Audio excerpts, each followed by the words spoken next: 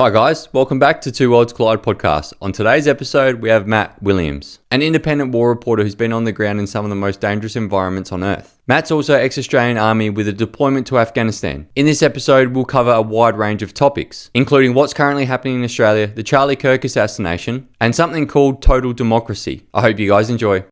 Mate, the climate is the hot topic. The last 20 years, it's been a very hot topic, and then Trump threw a massive spanner in the works where he's UN, when he addressed the UN. He addressed them massively on immigration by a flood. He actually said that the UN are backing mass immigration around the world. And I was like, wow. And then he said also, it's pretty much, he said the UN is behind the flood or invasion of Western countries. And I was like, oh, this guy just threw a big shot down. It was this idea of Trump. It's a very hard thing to put Trump in a basket of, is he isolationist or is he expansionist? It's actually very difficult to put. You get a lot of US presidents. It's far easier to put in the basket of this. Is he trying to expand liberal? Because progressive liberalism, it does very much feed into this idea of inalienable human rights. So therefore, it is the right thing to do is to export those human rights, and whatever the means justifies the cause. And this is where you end up in these endless bloody wars in all sorts of areas around the world, such as the Middle East, because we have seen, the right thing to do is to export these values. And Trump is sort of going down this like isolationist America route, but sort of not. The biggest thing has just been, the biggest thing for me in all of this, whether it's climate or immigration or the recognition of Palestine or whatever in this, is forget these initial these headline topics of those. The biggest thing that reaches out and screams to me about the UN thing with Trump is the diversion of where the remainder of the West, if you will, and America is. Like typically countries like Australia or France or the UK or Canada have been very much in line with US foreign policy. The US is doing this, we are doing this. They do X, we do X. We don't do Y. And we see in the interview, it wasn't an interview, but like the press conference with President Macron of France and Trump, and where Macron is talking about Palestine, where Trump is just on a completely different trajectory. Yeah, he's sitting there saying, I back Israel. Your audience may believe one or the other is right or wrong. I'm not disputing that at the moment. What I'm disputing is it's funny to see these countries on such different trajectories. And the US is moving away from the rest of Europe. And Australia, we have sort of picked the European side. We've picked like the progressive liberal side rather than the more traditional liberal side. Like the idea that America is not a liberal country is ridiculous. Like America by definition is still a progressive liberal country by like the clinical definition. I know some would like to think like it's a modus vivendi style, but it's not. Do you for think the type of government? Do you think though us picking sides is just a show of the time of the Labor government? Like if we were liberal or even further, we would obviously be sticking closer to the US? Yeah, potentially. Well, if the Liberal government was in power, yes, we'd be sticking far closer to the US. But it's just the signs of the time of the government. But then we live in a country that practices democracy, and I use the word practices democracy because I think we have plenty of issues in our democracy, and I don't think anyone disputes that, whether left or right. We have big problems. But a democracy, at the end of the day, is a reflection of the people. And the government we have is a reflection of how obviously a lot of people are thinking. And if you were to go around Australia, in my opinion, if you held a referendum on should we recognise a state of Palestine, should we move away from this policy that America's moving on with Israel, I think the majority of Australians would actually agree with what Albanese's done, even if they're not an Albanese voter. The recognition, you asked me before, the recognition of the state of Palestine, what does this really mean? And look, at the end of the day, it's not going to stop the war. No one's about to invade Israel or protect Palestine at this point in time. But the more symbolic nature of it and slightly increasing the voice to these things like the UN and etc. The biggest part in this is, as I said, this diversion away from where the US is going. And the US, there's always been... The reason the US is such a great power, it's got a large population. It's a country which is geographically isolated, which is also a pro and a con. But in wartime, it's massive pro. The hardest thing in war is to cross a body of water. And the US has two middling powers at best on its borders. It's got Mexico and Canada, neither of which are ever going to contest America. They're never going to contest that. So America, sort of by definition, is a regional hegemon, a regional dominant power. And this is the reason why America has been so powerful. They didn't have to rebuild the entire state, like most of the European states had to completely rebuild after the wars. And they are very self-sufficient in grain and oil and gas and all of this. But the reason why isolationist America can be a threat is America can become isolated as an island off the coast of the majority of the world. So the majority of the world, you're thinking about Europe, Asia, so you're talking China, India, through your Western Central European states, across the top with Russia. I'm so glad that we're so far away as well. Me too. Yeah. There's pros and cons to it, of course. But if you're a country like Russia, of course, your history is doused in war because you've got China to one border, you've got Japan to another border, you've got Europe, Eastern Europe on another border. At times, and you were the Soviet Union, you've got Central and Western Europe, like all of these things. But the reason why America is important not to pull away from this and not pull away from Western and Central Europe, to forget maybe the culture and history of America being, a extension of Europe at one point, is these smaller states in there do risk becoming an appendage of greater states developing in Asia. So if America pulls away from Europe, the European nations, a lot of them now can't stand on their own 2 feet militarily against a great state power like China, or rising global south or Asian countries. And I'm talking over a century. There is a real risk that America becomes just an isolated country of 350 million people, and that there is a regional hegemon within that area of the world develops. And that is so the EU, people, like, I shit can the EU nonstop. I think the EU is an unelected, woke imperialist regime of what I would classify as total democracy, and we'll talk about total democracy if you'd like, and relate that back to the Soviet Union and communism, at least the way I see it going. But the US needs to continue having these relations there too, not only culturally, historically, ethnically, if you will, but also not to become just an isolated state. But then, of course, Europe needs to maintain that relation with the US too, because it's just as much of a threat to them. Of these countries, they've lost their manufacturing capability, their amount of sovereignty within their own energy sectors of oil and gas and whatever, and their populations aren't very large. Like Europe itself and the EU love to talk about, we have this GDP, we have this much money into Europe. And I'm like, yeah, but the amount of fucking bureaucracy is a huge problem. Like, say for when they're building a Eurofighter jet or whatever, it's like they brag about, well, the engine's made here and the wings are made here and the cockpit's made here and blah, blah, blah, blah, blah. And that's great. It does do that entanglement we talk about, where entanglement is safe between states, because then it does have problems if states go to wars together. If you're entangled, it does solve things, but it does make things unbelievably expensive, unbelievably inefficient, a whole bunch of problems. And it can even impact your amount of national unity within your state too.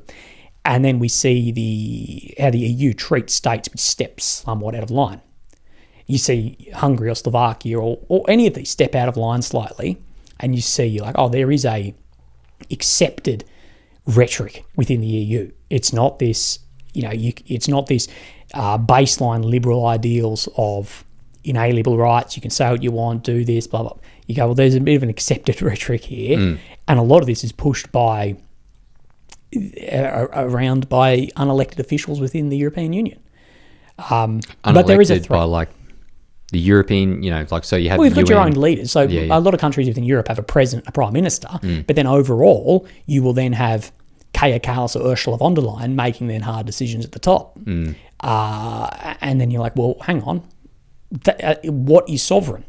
What is sovereign? Like what do we consider sovereign and independent? And there was this idea back in the 90s and the early O's of the price of admission into the EU, the loss of a part of your sovereignty is worth the pros that you get back. So you give up a little bit of your sovereignty. That may be, for instance, say into the 2010s, that may be you're giving up your currency to adopt the euro. So you're giving up a part of your sovereignty, but that is just the price of admission for then a greater economic power. So if you're a country of 500,000 people in the Baltic somewhere, therefore you are basically, your economy is getting backed by 90 million Germans. So there's a price of admission, and NATO is a price of admission. The NATO price of admission for America is having to go to war in Europe if needed, but therefore you get massive influence through an army to Europe, or else you're isolated. The price of admission for a European state is that America can base planes there or this or that, and you're somewhat at the whim of America if there's a war, but therefore you're a tiny country compared to America, say. If you're Lithuania, you're Estonia, but then you get basically the world's largest military as your security backer.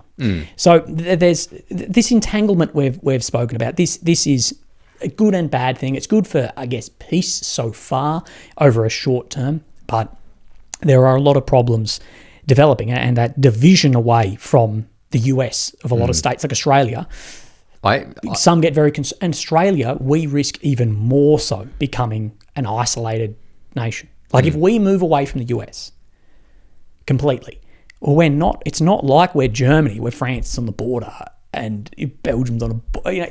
We don't have that. We are a Western country in the south. Like we don't have anyone on our.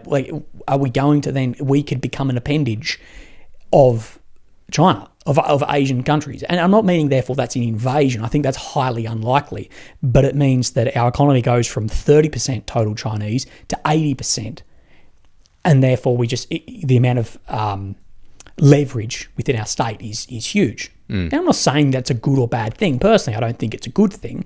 But it's just this, it's the seesaw of politics. It's the seesaw that it's always happening. And this is the question at the moment about, if we relate it to Russia, is America is on this seesaw of, if we isolate Russia, we push them to China, and by capping Russian products, resources like gas, oil, uranium, etc., if we cap these or we don't buy them, they lower in price. Russia becomes more desperate to sell them. China, who is desperate for just any resource they can get, they just want as much coal, they just want as much oil, as much gas. You could not get enough to them.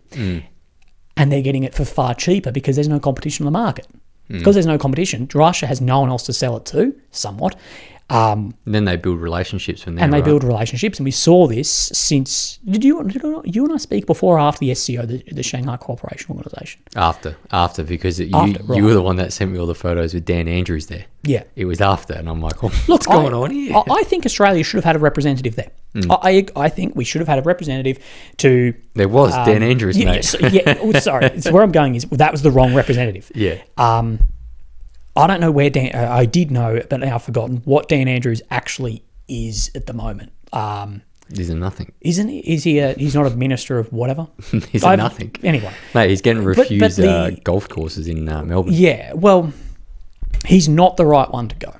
If Albo was there, maybe. If the Penny Wong, the FM was there, he's not the guy. Especially with, of course, the COVID era, the conspiracy behind everything with Dan. Like at the end of the day, China is always going to be one of our largest trading partners and growing in trade, and is going to be a world superpower. Could be the world superpower. Arguably, it depends who you speak to. If you speak to some CNO experts, they will go, they are the power. We just haven't seen it yet because they don't export power the way we do. But there needs to be a relationship there, and I think that entanglement and that isolating away from each other increases the chance of war. Do you think that, just sort of shifting a bit here, do you think the relationship between America and Israel is actually burdening the relationship of, let's say, with the rest of the world? Yeah, with the rest of the world. With the remainder of the world, yes. Yeah. No, there are two countries, Israel and America, and everyone else. That is the biggest the one who has reduced the amount of soft power in the world to America is Israel. Because it seems like at the moment, and I watched the other day, and you actually alluded me to this, that, what was it? There was a meeting that was supposed to be in Qatar. Mm-hmm. Israel bombed them because there were Hamas people there. And then like a day later, Israel came out and started talking shit about China. And this is that we would target leaders or Hamas officials in Beijing. My response to that would be, that's all out good war. luck. That's all out war, isn't it? China would react massively. I don't know. It would be very hard to know exactly how China would react. It may not be as we would recognise hard war, but it would be, like a shooting war, but it could just be, we are dropping the dollar tomorrow. There is already these states who are de-Washingtonizing, if you will. They are de-USizing. They're de-dollarizing. Currency wars. It's not only a currency war, it's everything. It's not an acceptance of their own future, and it's an abandonment of what they see as Western liberal democracy and where that's going.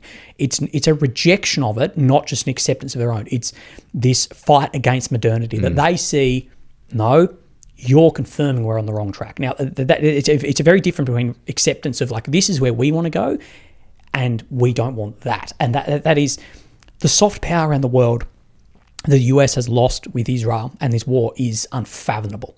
Like, Israel, they're even getting me offside, mate. They're even getting me offside. At the start, I was very pro-Israel, and now I'm watching all this stuff. Even some of my mates that are hardcore, they were hardcore Israel people. We're all just sitting back going like, this, mate, this is just, I mean, how much power do you guys have over the US? Yeah. Did you see the other day, it would have been a couple of days after Charlie Kirk got assassinated, there was like hundreds of American governors and political influence. No, it was a representative from every state. They were all in Israel. It was called 50 States, One Israel. Yeah, and it was the weirdest thing I've ever seen in my life. Well, I'm like, what's going on here? Hang on. So put it this way. If Australia tried to get one representative from every state in America and call it 50 States, One Australia, people would be going, what the fuck are you trying to do? And Australia has far more history as far as warfare with America. We, I would say culturally, as significantly as far as Christian Christian history. And it would be seen like this. This is the thing, and I know a lot of people think there's some grand conspiracy, and I may buy into some of this a lot. But there needs to, I think, America need to look inwards and go, what are we losing for a war that doesn't affect us? Like, if there's a recognition of a Palestinian state and this and that, what does it do what does it change for a country of almost 400 million people in America and an economy of 20-something $trillion? They're losing the next generation. But they're losing, as well. That's what they're doing. The left have abandoned anything Israel. Well, and the left has moved pro-Palestine. The right is not pro-Palestine, but they're also not pro-Israel. They're anti-both. And that's where the right has gone. And this is why we have seen at the moment Israel is trying to clamber back the narrative any way they can by paid propaganda trips, through getting people there, all this. And it's like, I talk about Indonesia a little bit. Indonesia is a country of 200 million people, 80 or 90% Muslim, say. Those numbers may not be bang on, but they're close enough for what I'm going to speak about. And Indonesia, we have lost Indonesia. Like where's the West? Like they look at that and go, yeah, look, we sit between like Western state and China, and we don't see them. It's not that they're moving towards China, but we've sure as shit pushed them away. And all this soft power, and I'm meaning like this soft power influence in non-democratic countries or some democratic countries, that is just reducing, like the US, these countries are going, we're just abandoning this. And even Australia, like the US is creating massive tension with its closest allies of Canada and Australia. We are the US closest allies. We've deployed in every bloody war, everything you've tried to do, and our leadership and our populations are going, we don't want part of that. And we're your closest ones. And if you think that we are dividing, imagine if you're a country with an 80% Muslim population. Imagine if you are one of the Arab states, how you see this. Now, I know that there's a difference in the Shia and Sunni populations that are in Gaza and in Iran and blah, blah, blah, blah, blah. But I don't, at the end of the day, so many people getting put off by this, and I can't believe the US and people in the CIA aren't screaming, going, mate, how do you think we're going to project power when we're seen doing this? That if you're a small African nation, and this is where so much soft, and this was a sort of mid to end of the Cold War, was trying to win over the third world. America and the Soviets saw that the third world was such an advantage to grasp. Growing populations, some have unbelievable resources, or the ability to project power. You see the way the US is acting, and people just reject it. Well, people are starting to ask questions. People are starting to ask questions. So you look, it's nothing. I can't think of a single event that has reduced American power so much. And this is American power. A power or influence? Oh, both. Power and influence are synonymous in a global world, I guess. And even movement. And this is speeding up things, moving away from the dollar. All of this, like, unbelievably. The US is pumping the brake a little bit on some of it, such as the frozen Russian assets. This is even like your countries like France, who are like the biggest Ukraine supporters. Macron has said that they're not willing to take these assets and sell them because they're looking and going, okay, so we're frozen 300 billion in euro that were converted from rubles to euros, held in wherever, in either yachts or in banks or gold or whatever in Europe. But if we take that and sell it and give it to Ukraine, China, I believe, has about $700 billion in Europe. Does China just go, fuck, we can't trust that? And this isn't China, just the government. That's Chinese businesses. It's Chinese businessmen. If you're a businessman, you have a $300 million yacht sitting in a port in France or Italy somewhere. Do you go, well, I can't have that yacht there? Because if China do anything that you don't like, you're going to freeze my assets. And then just move completely away. And this is the panda bonds that's happening at the moment. Is typically a lot of these bonds or loans, if you will, had to go through like USD, and China is issuing them. China is allowing Russia to buy renminbi. So the Chinese, how our currency is the dollar and our physical notes are dollars. China's not like that. It's the renminbi, and then the physical money itself is yen or yuan. Anyway, they're issuing all of that in renminbi to Russia. So it's like if Russia want loans and to move oil and all of this, it's completely outside of the USD now, where it used to be all floated across USD and there'd be currency conversions and all this sort of shit. And all of this that's happening at the moment is just pushing and just dividing the world. And it was dividing the world along a global south and a global west, or as some will say, the west and the rest, which I think is a criminal way of thinking. So you're saying the west, which 800 million people, and the rest, so you're talking the other 7.2 billion people are what? Like that's a fucking ridiculous statement. A lot of states in there significantly older than ours. But this division's now not just that. This division now too is like America away from the Western states. It's a very, very difficult. Very, very difficult situation. Do you think though that America is pushing away from places like Europe because they've adopted a lot of these woke ideologies, and America's trying to realistically pull them back into line? Like for example, with mass immigration, the green energy push, letting it be known that there's a bunch of different genders out there. So America's gone, hang on, you guys have went so far left on this that you don't actually align with us anymore. So we're gonna act a bit harshly on you now to try and pull you back into line. Do you think that's happening? Vice President J.D. Vance made this incredibly clear at the Munich Security Conference earlier this year. He basically said that we're on different trajectories completely. He questioned democracies. He questioned all of this. And look, I don't think that he's incorrect. I think Vance... I think he lit a fuse under the arse of a lot of people, but at the same time too, you need to see that there's the other side of this that is seeing that America is sinking more into authoritarianism on the right too, and that's how a lot of Europe is seeing America now. I don't agree with that, but a lot of the world is seeing sort of red flags go up. And like I see in the other, I see, and I talk a lot about it. Happened both left and right. This progressivism happening in Europe that I think is real. And we spoke about this last time with postmodernism and relativism thinking, where truth has become completely subjective.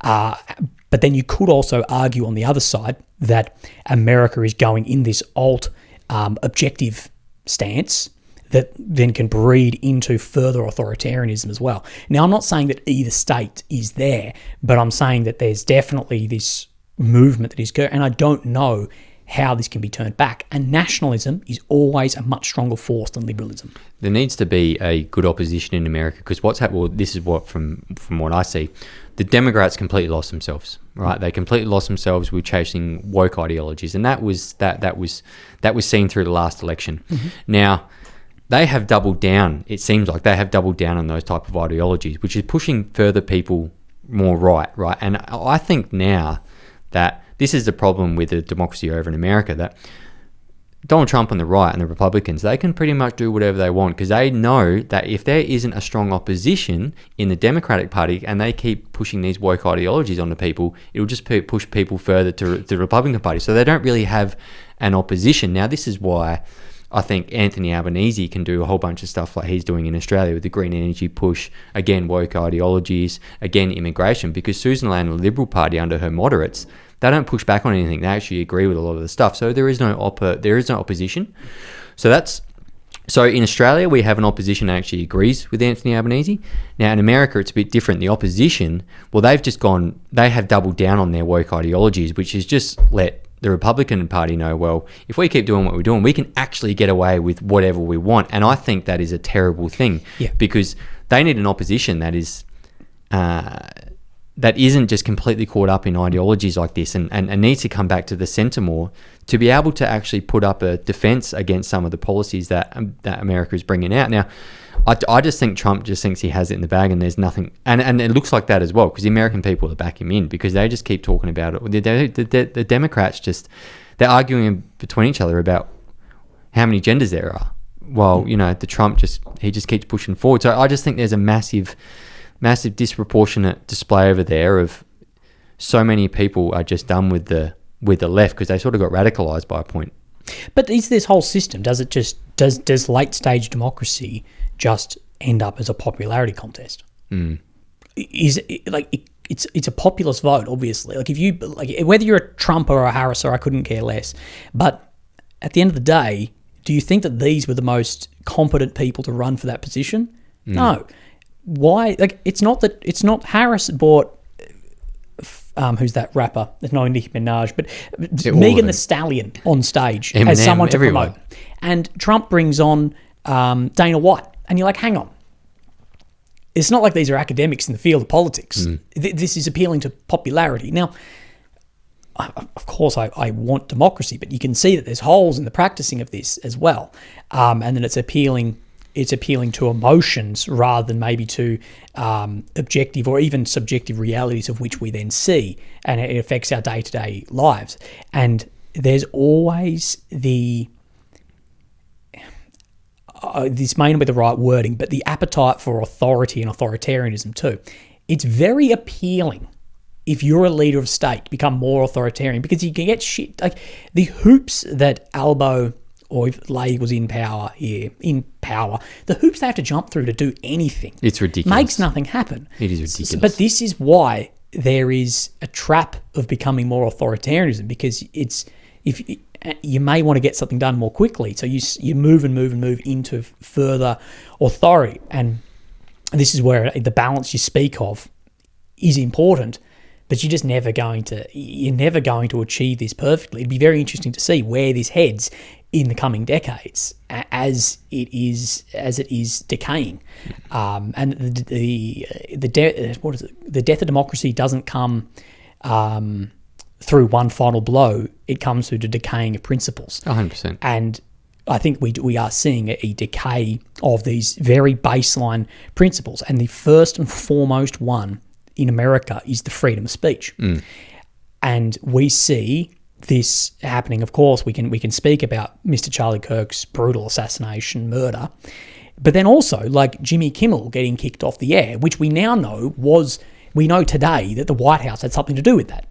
Trump tweeted today about like, oh, the White House told the ABC already not to have him on the air. And you're like, hang on, like the whole point of freedom of speech the point of freedom of speech is things you don't like.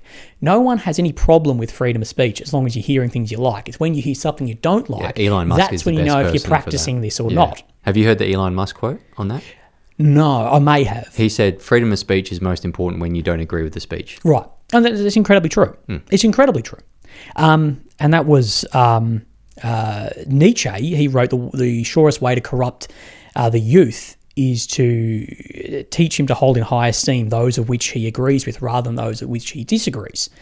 Very similar lines. And we are taught basically to hold into esteem these that which we do agree with. And the freedom of speech, and now of course what has happened to Jimmy Kimmel is nothing on what happened to sorry, what was his name? Joe Rogan? No, the guy got assassinated. Charlie Kirk. Charlie Kirk, sorry. I have to apologise. I'm coming off the back of chemo.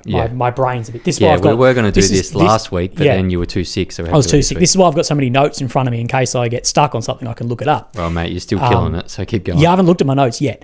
There is something I want to get onto of total democracy later, though. That I think your audience will find. I dropped that word before. I think your audience will find that interesting. Yeah, we'll get to that after the Kirk assassination. But with Kirk, it's not... The assassination of Kirk, I don't think, is what affected people the most. It was the celebration 100%. of this following. Now, Correct. I didn't follow Kirk on social medias. I didn't watch his thing. I'd seen clips of him.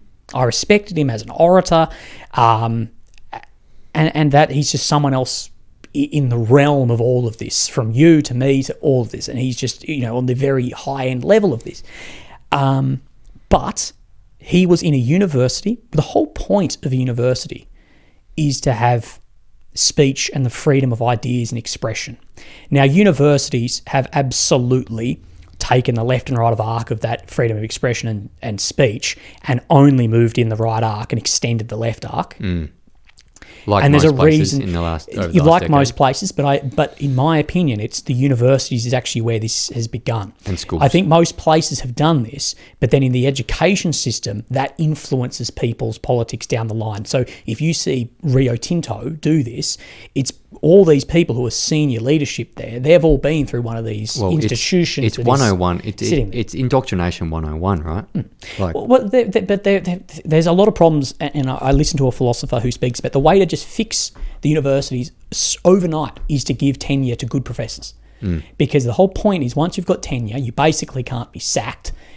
So therefore, these people can have a voice and push back. When the universities have like a correct figure of this is right and this is not right, you can't speak on this or that, untenured professors are either going to leave and work in industry or they're going to toe the line. Well, that's also taken away their freedom of speech, right? Yes. But the thing with Charlie Kirk was the brutal nature of it in front of an audience.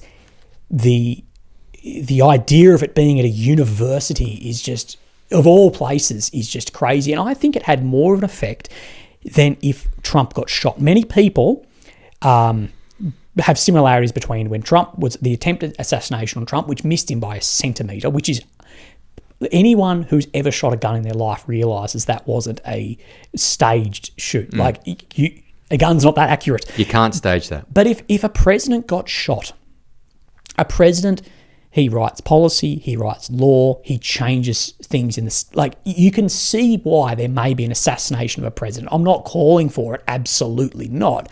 I'm not like Abby Chatfield, who openly called for the assassination of Trump and should have got a knock on the door from inciting violence there. But at the end of the day, people, I think, can see why that could occur. But a speaker of which you do not agree with, getting brutally assassinated, not just shot, at his front door, but brutally assassinated in front of thousands of people and all, is just unbelievable. And I think that is a canon event that has changed America. And we won't see it. I don't think we'll see the change for 12 months. But this has changed America. It's swung a whole bunch of people. It's just done a step. So everyone who was like centre right has just gone, right. It's the murder of the moderate. Yeah. And this is that idea of when people saying, I am Charlie Kirk, is people going, I was this moderate speaker willing to listen to people, and now I'm not. And this comes with a whole bunch of issues as well. But it was the fallout of people following that really got to me of like, how can you be so disgusting? This is a young father of children that only wanted to debate. Who wanted to debate, but he was there wanting you to bring up a topic with him where he may change his mind. And if you think he's a racist or this or that, it's ridiculous. Look up any one of the videos of him. They are morons. It is full. And the celebration of this, all of this is just disgusting, and it's changed America and it's changed the world. It's changed me. It's changed me. It changed me in the massively. day. And I couldn't. It actually took me a long time to sit on this and feel about how I processed this. And I didn't process it of trauma. I watched people get shot every day with my job of watching, Russia and Ukraine war. It wasn't that. It was the death of the moderate. That's what was the turning point for me. And this is the funny thing about the turning point of America, his organisation. Yeah. He himself ended up actually embodying the turning point. And where does this go? Well, we don't know. But like people have said, if people believe that Charlie was the hard right, you're not looking. They have no idea. No idea. You have no idea. You've never met a guy called Nick Fuentes. You've never met him. Nick, people. I think one of the best things I could implore people to go and do is go on the internet, in Google or whatever, and just look up the definition of fascism. Look up the definition of socialism. Or look at it from a definite point. Like, what does this actually mean? Because everyone is labelled a fascist if they're... And you're like, no, that is not even close to this far alt-national, alt-cultural, alt-ethnic, or it's not even close to that. Like, what are you fucking on about? And I had people in my inbox being like, oh, well, he was a propagandist like Goebbels, who Goebbels is, of course, Hitler's propagandist. And my reply, I was dumbfounded. I'm like, you're a fool. Like this is ridiculous to try and suggest this. I had some moronic cowards post some terrible stuff about it, and I just thought to myself, if I could jump through my phone and strangle you in the neck, I would.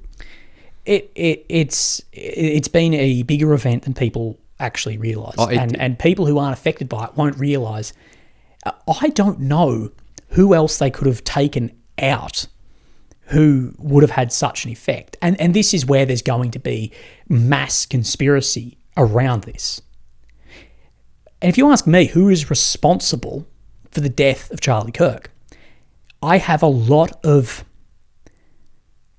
sympathy for the person that actually pulled the trigger. The person that pulled the trigger didn't kill Charlie Kirk. It's the radicalisation of that individual behind the scenes. He was merely the one pulling the trigger, but the bullet in the breech, that was the radicalisation of politics over the past, I want to say, since probably 2017. Maybe 2015. Politicians and rhetoric, mate. Jim Chalmers came out the other day calling anyone on the right that disagrees with climate change crackpot and cookers. You know what that does? That dehumanises people like me that talk up against it. Yeah. And then his followers think, well, if he's a crackpot and a cooker, that's not really human. So I can jump in and shut this person up. Yeah. And I can do it for the good of humanity. That's what these wanker politicians don't realise. This is a conversation of which I've had a fair bit over the past 2 weeks, and when Trump, the attempted assassination on Trump, was, well, wouldn't you kill Hitler if you were given the opportunity? Now, this idea that the media and opposition politicians and people against that side of politics, they have somehow created this illusion that Trump and Hitler are one of the same. Now, this does actually twofold. Firstly, it further increases Trump's actions. Now, Trump is on the right. Trump is more nationalist, but he's sure is not there. But what it does is it pushes him a little bit further. But on the other side of this, it diminishes who Hitler was too. Yeah. It does diminish that, because you go, well, if Trump was Hitler and Charlie was Goebbels, well, okay, so the crimes against humanity weren't that bad. If that, but because people go, well, now Trump's kicking people out of the country. Hitler exterminated millions of people. It not only increases how bad Trump is, it decreases how bad these people were. And I think that creating this relativization of history and trying to rewrite this is super fucking dangerous too. And it does appear that it was a political assassination by this young guy of a right-wing figure. He seemed dangerous. Now, of course, there's always going to be people. I think that is the most likely scenario. But then there's always going to be people who jump on and go, well, was it a foreign actor? Was it a foreign actor? Was it a false flag? Now, there's good argument for this. Now, I'm not saying I think this is likely, but I'm saying you could see how it could happen. Now, the foreign actor most people will point towards would be Israel. Okay? And the reason they'll point that way is Charlie, especially in the past couple of weeks, he started speaking up against him, was asking more questions. Yeah, not speaking up against him, starting to ask questions. And where people will say it felt like a shot across the bow not to question it. Now, of any state of which people feel the most pressure not to speak out about publicly, it is Israel. Now, I'm not saying that this was then for a targeted killing of this, but a lot of people agree. Tucker Carlson, at Kirk's funeral, basically said that. Yeah, that was wild. He may as well have. That was wild. And the other scenario is a false flag event. What do you mean by false flag? So a false flag is when you carry out an attack to make it appear like it was someone else, to rally support for yourself or to justify further action. Internally in the US. Now, this is something I speak about massively on my channel with Ukraine, Russia. But in warfare in general, I go over and I have hour-long breakdowns of why you have false flag events and when you have false flag events. Now, we'll focus more on the why. The why for warfare is basically to justify actions, increase actions. It's a form of propaganda. It's a form of propaganda. Yeah. So, say Australia, we want to invade New Zealand. Say we don't have good. For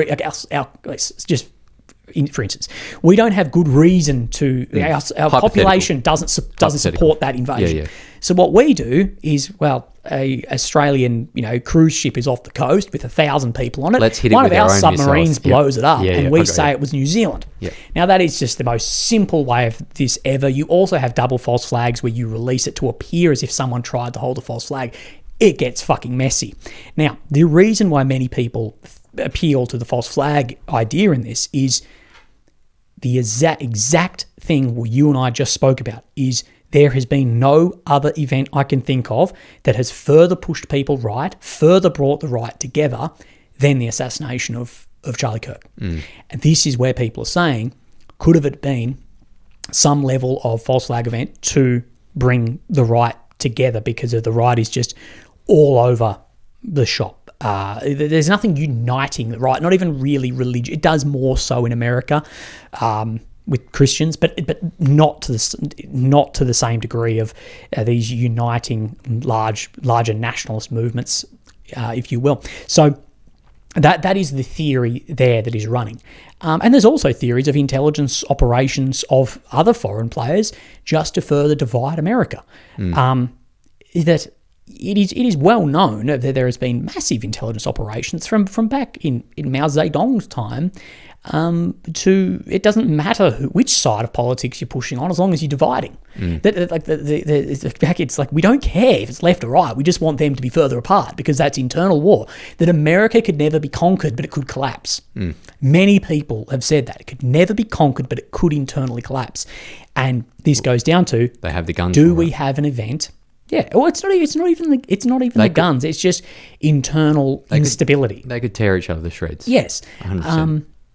And this is the theory there that's running, that it was a foreign intelligence service who did this knowing this is going to create further domestic unrest. And it's not if the unrest that comes out like BLM, things that come quickly go quickly. So you've got this like massive rioting for a couple of weeks and then it just fades off.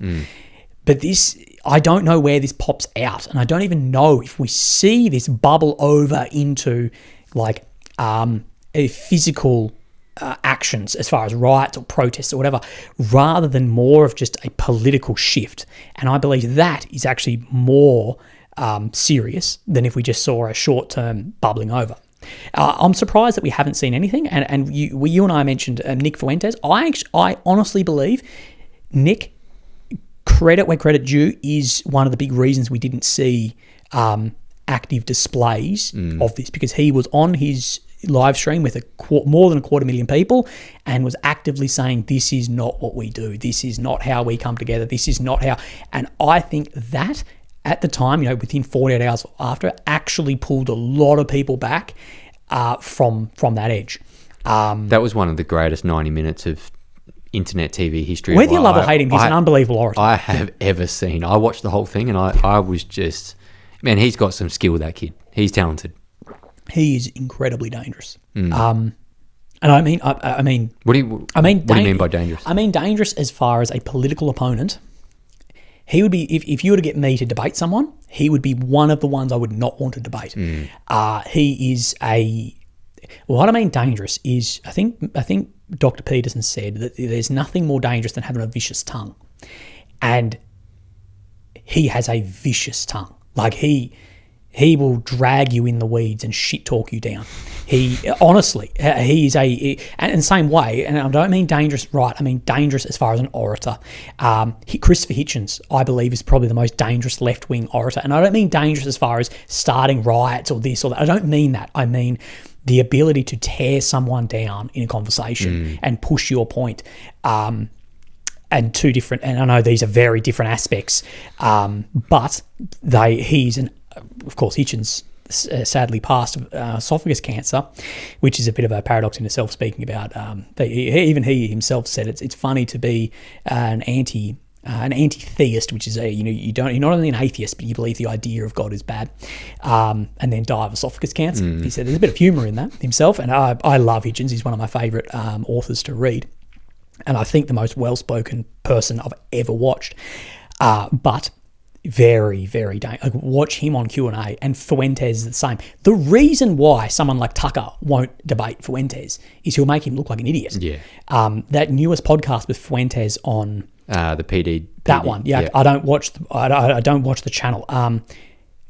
But he's a very smart, very bright guy. That other guy, and Fuentes, you're like, oh shit, this is. What about the one where he ran rings around Candace Owen? Oh, Candace looked like a fool. Also, as well, like Semi flirted with her, and Semi. What do you mean, Semi? It was fucking full on. Like destroyed her though. Destroyed her. Yeah. And Fuentes more than many. This is something that religion gives you that I guess I don't have. Is it gives you a starting and an end point. That he's Catholic, but he's like, it says this, I do that. It gives you it can give you a bit more direction in what is right and wrong. Morally. And someone like him, it's just straight down the line. He has no nuance. He's like, no, it is this. It is that. That is the truth. God first, and America first. Yes. That's what he's like. And this is the thing, is I'd love to see his metric analytics online since the assassination of Kirk, because I think it would have bumped up 500%. Honestly, that more and more people are going, yeah, no, fuck this. That is a massive danger. A danger because what he preaches? No. I mean, danger is the wrong word. And dangerous is the wrong word, I guess, for it. It's more that by the assassination of a moderate, you've radicalised many. Yeah. Further radicalised. And down the path of people have just no time for it. And I spoke to my brother about this. About, like, I just don't have time for any of this, like, I don't like the term wokeism, but I just don't have the time. Like, after Charlie, I was like, no, I just don't have any time for this bullshit anymore. Like, where I used to have time for it, and I would say that I am incredibly able to have a nuanced conversation about basically anything. I'm just like, no, fuck that. I just don't have time for this bullshit anymore that is leading to this. And the thing is, what I don't know is I don't know where this ends up. People who are conservatives, like you and I are conservative thinkers. If you're conservative within a Western, within the Western bracket of conservative, we're conservative. Within the world, we're incredibly fucking liberal. Yeah. Compared to other races and religions. Compared to Sharia law in Islam, we are liberal as fuck. We're far left, mate. That's what we are. There's a bit of me that wishes. There's a bit of me that goes, I don't want this to happen, but fuck, I would laugh if Australia became an Islamic country down the line. Just to see these lefties go. Have no idea what hit them. Just to see them go, I wanted pro-choice. No, you head scarf. Anyway. We're conservatives, and conservatives tend to be a bit of a slippery slope thinker. So this it is just a byproduct of the way we sort of think this slippery slope of it starts here and then we down. Now, I think that way, and I don't think that we're wrong in thinking that way, because you have these steps of you have the Treaty of Versailles, and then you end up with Nazi Germany. And that you may call that the butterfly effect, but I think it's more you are better off being a bit of a slippery slope thing. Where the fuck does this go? Because, okay, what if something happens to Nick Fuentes? What is the step beyond that? Like, Nick, he will say he doesn't believe in interracial marriage. Like, he's open with that. That is as clear as day. He's like, I don't believe in interracial marriage. Now, that is a pretty extreme view. But what happens, where's beyond that, again? And this is the slippery slope that can happen. And beyond that is violence. Beyond that is... Because he called for no violence. Yeah. Beyond that, beyond him, is violence. It's an event that will change America forever. It'll never be the same. It's as big as JFK. Like, of course, you and I weren't around with JFK, but talking to, like, my father about this, he's like, this seems like what it was. But people... But again, a president, you can sort of understand someone who's a lawmaker, who writes policy, who has legitimate international enemy. I think there would be less. I think the assassination of Trump would have been more violent initially, but not been the canon event of the taking out of Kirk. I think the assassination of Trump would have been... Do you not think they would have went into civil... I reckon there would have been some form of civil war if Trump... I reckon there would have been, the South would have rose up, weapons, everything. I think it would have went all. I don't know, but this blatant push on freedom of speech. But the thing is too, this is what the right conservative needs to, or traditionalist needs to now hold that they have the superior moral if they want, and go. We are backing absolute freedom of speech. Yeah. That Kimmel says this. I don't agree with Kimmel getting taken offline, but I also think the left complaining about it, they're the ones they're the ones calling, I remember when Trump got taken offline and they celebrated about it. It's like, hold on, you wanted free speech there, but you don't want free speech here. But this is what I'm meaning of, if you want to be the moral superiority of this, is you need to be like 100%. You need to be like, he needs to have his voice. Yeah. The White House can't jump into ABC and say, get him offline. No. If you want to be the moral high ground here, and you want to say that we are bigger and better than the left in our moral values, you keep him online. Yeah. Even if they tried to cancel you. Yeah. Oh, absolutely. But what we cannot let happen is that political silencing through violence is the way forward. It cannot be. It cannot be that. Not in a country like America that has constitution freedom of speech, which we don't have here either. No, we don't. It is, and I believe this is the reason why Australia will never be I use the term great state as far as state of power. The US will be too. Is I think freedom of speech should be in a nation like Australia the number one thing. No matter what else is happening, we have freedom of speech and freedom of expression, and that is just across the board. Freedom everyone, of opinion. Whether you are whether you are Miss Chatfield, whether you are whatever, that you have that ability. But of course, there needs to be this limit on when it does come into inciting violence, of course, or calling for violence. Of course, and it can be a hard switch of where this is, like what is rallying and what is expression. But people still need baseline freedoms. And this is where there's this encroachment through the whole, and I will say through the Western world in general. There is a definite encroachment on speech. Look at the amount of arrests in the UK. Like, Keir Starmer to come out and be like, the death of Charlie Kirk is this.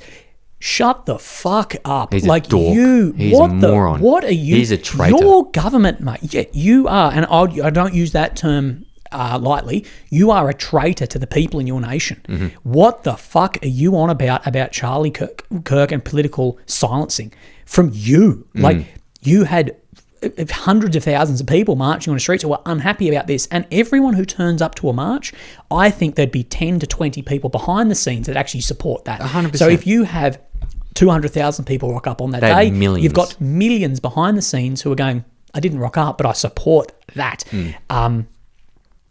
The UK is in a very difficult spot, but like, it's just that hypocrisy that I see that is just like it's in governments all around the world at the moment. The liberal hypocrisy is crazy. It's unbelievable, and the hypocrisy we saw, where a lot of this starts, and this relativism, hypocrisy, postmodernism, whatever you want to call it. COVID was the best example of this. The same people who were screaming out for my body, my choice, pro-choice, abortion, X, Y, Z, they were the same people, the exact same people who were calling for you not to be able to enter a restaurant unless you were vaccinated, lose your job unless you were vaccinated, that you wouldn't be able to participate in society unless you were vaccinated. Now, I'm not anti-vax, nor am I anti-reasonable abortion, if that makes sense.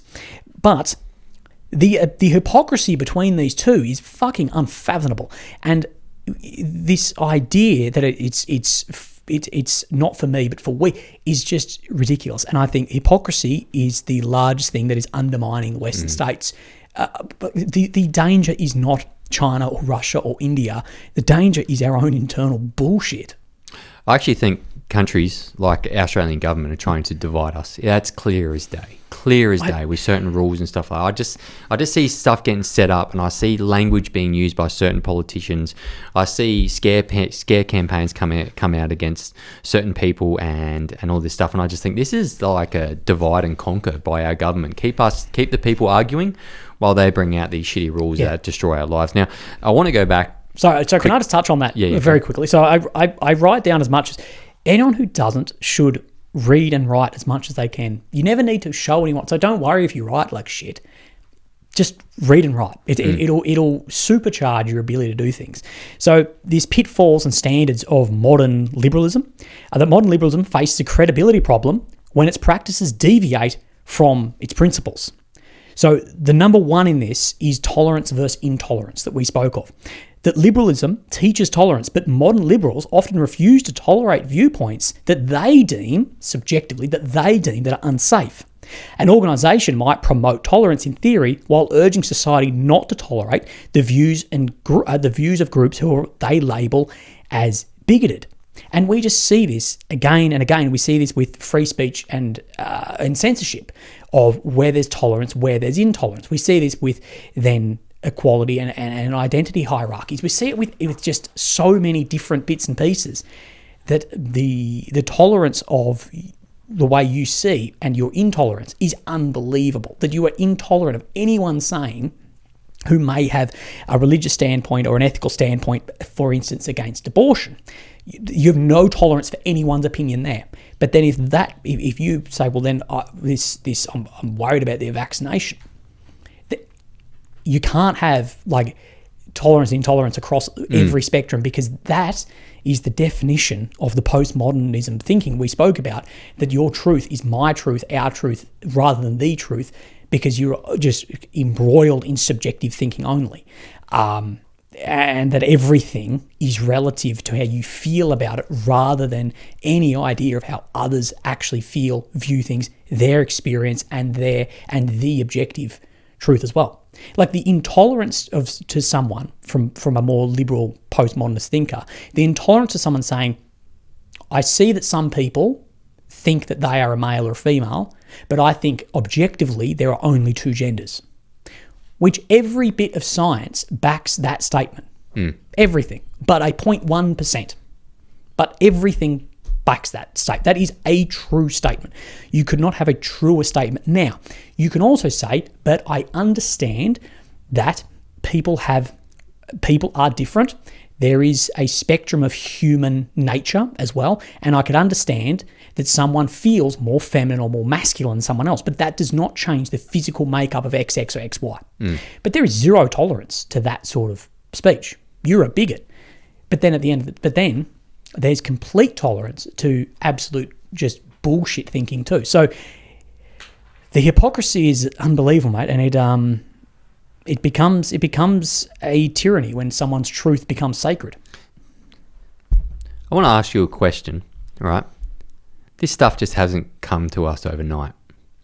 For example, gender theory, climate change theory, what else is on there? Mass immigration, right?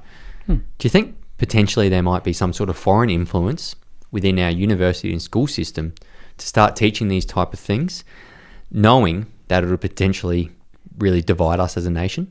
Like, because this gender stuff, this just didn't happen, right? This has been slowly, it's like the boiling frog analogy, right? You know, if you boil up some water, throw a frog in it, when it's boiling hot, it'll jump straight out. But if you have that same frog in that same water and you slowly bring it up to cool, it'll just sit in there till it dies. I think this is just a late stage liberalism. Okay. I think more like, okay. You know, I'm not saying that there's no influence. I'm definitely not saying there's no influence. Yeah. But a little bit like if someone trips over, and if a politician in Europe trips over and scuffs their knee, it was Putin's fault. Yeah. Okay? Yeah. So there was, in the Romanian election of Calin Georgescu, there was about $200,000 unaccounted for that people thought may have been Russian foreign influence. Now, $200,000 for a state-run information campaign is nothing. That is literally nothing, like nothing. Hardly even pay the power bills. It doesn't even wouldn't even pay the power bill. So everything is there. So I'm not saying that there isn't 0.1% of influence. I think we greatly overestimate the influence of foreign intelligence, the way that propaganda works.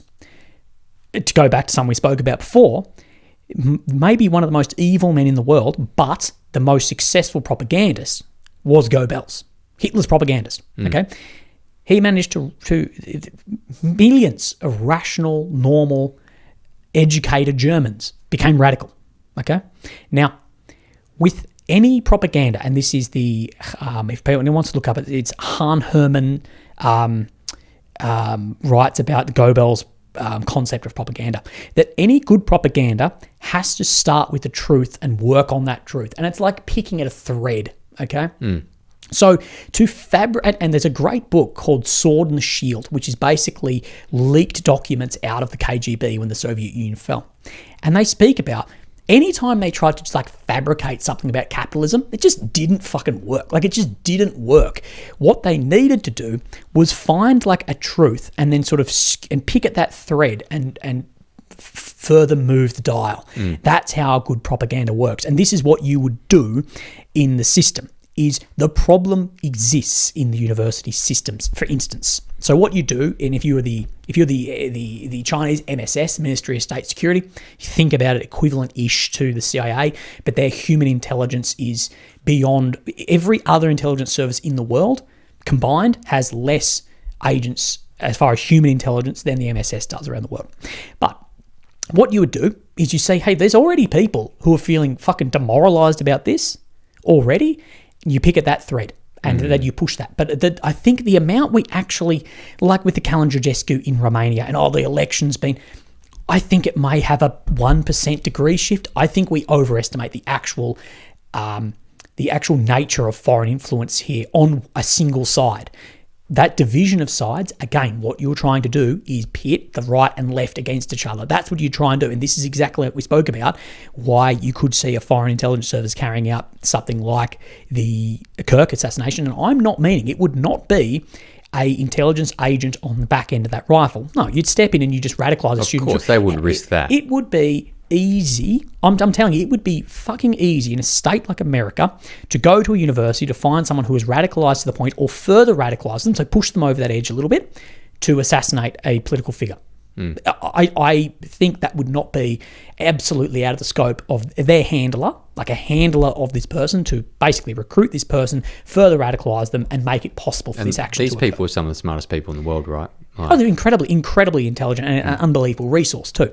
But I think that the idea that it's a foreign player doing this diminishes the internal issues that already exist. And I think Europe does this. And like I said, if anyone trips over and scuffs their knee, it's Putin's fault.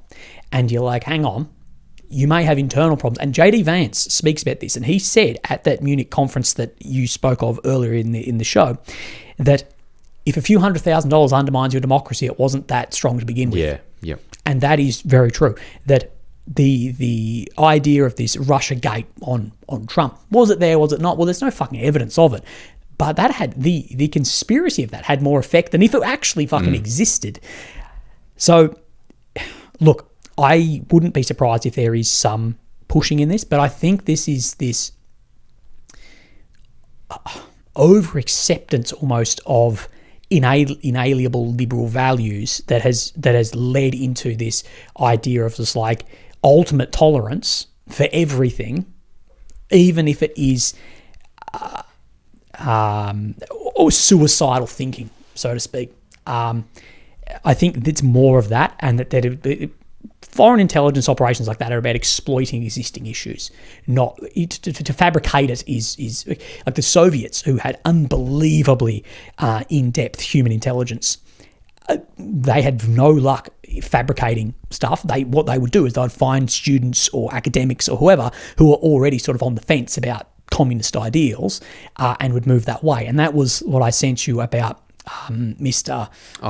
Yuri Bezmenov. Now, here's a very good book called A Letter to America, where he basically writes a love letter to America about don't let yourself go down this path of like communism that we're on. And he was I believe he was a KGB, but he wasn't. He more worked in like the press office. But that released a lot of propaganda too. As we know, press release a lot of fucking propaganda. Propaganda is just marketing at the end of the day. McDonald's running an ad is a form of propaganda. Of course, yeah. Yeah, it's funny when you put it like that. There's a great book called Propaganda. It's got a yellow and white cover. You'll be able to find it on Amazon. That's a fantastic book. He breaks down how propaganda, like just the very basics of it. But he breaks down basically this KGB ideal of pitting university students against each other, and that after a amount of years it will breed further division. But at the end of the day, it is picking at a thread that already exists. And this is exactly how the Nazis further radicalized, was what happened to Germany following the Second World War, what was occurring in cities like Berlin, that then they pick at that thread to further radicalize. And there will absolutely be, from foreign intelligence to domestic intelligence to individuals as well, who are trying to exploit, capitalize on what has happened to Kirk as well. And a whole bunch of other bits and pieces too. So it's a very, very difficult thing to wade through. But I think we can't diminish our problems going, no, it's the MSS doing it, rather than like, well, actually, I don't have any influence. I have no foreign intelligence influence on my life. I basically don't leave my fucking house. And I'm pretty demoralised by the whole situation, what's going on. Yeah, I mean, to me, it doesn't really matter who pulled the trigger. The reaction from the left just... That was more disgusting. It was more because if everyone came out and said, "This is disgusting, this is unbelievable," political violence is not the answer. Political violence is not the answer. This guy didn't deserve this. Blah blah blah. You know what would have actually happened? It would have had much less effect. People would have gone, yeah, okay, this isn't a systemic issue. What did happen with hundreds of thousands of people celebrating and tweeting and all this about Mr. Kirk is it showed that it's a systemic problem. That's what it showed.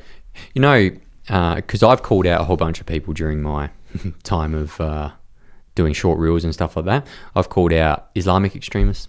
I've called out the NSN for their, sort of violent actions on March 31st. Now, look, some of the stuff behind that, I didn't actually know some of the retaliation as to why they did that. But again, political violence is not the answer. They should not have done that. And then I called out the radical left in some pretty intense reels, and I got pretty upset. Now, out of the three groups that I've called out, I have never been threatened, and my family threatened so much. I called out Islamic extremists, I called out neo-Nazis, and I called out the radical left. The radical left have threatened my life and my family's life more than anyone.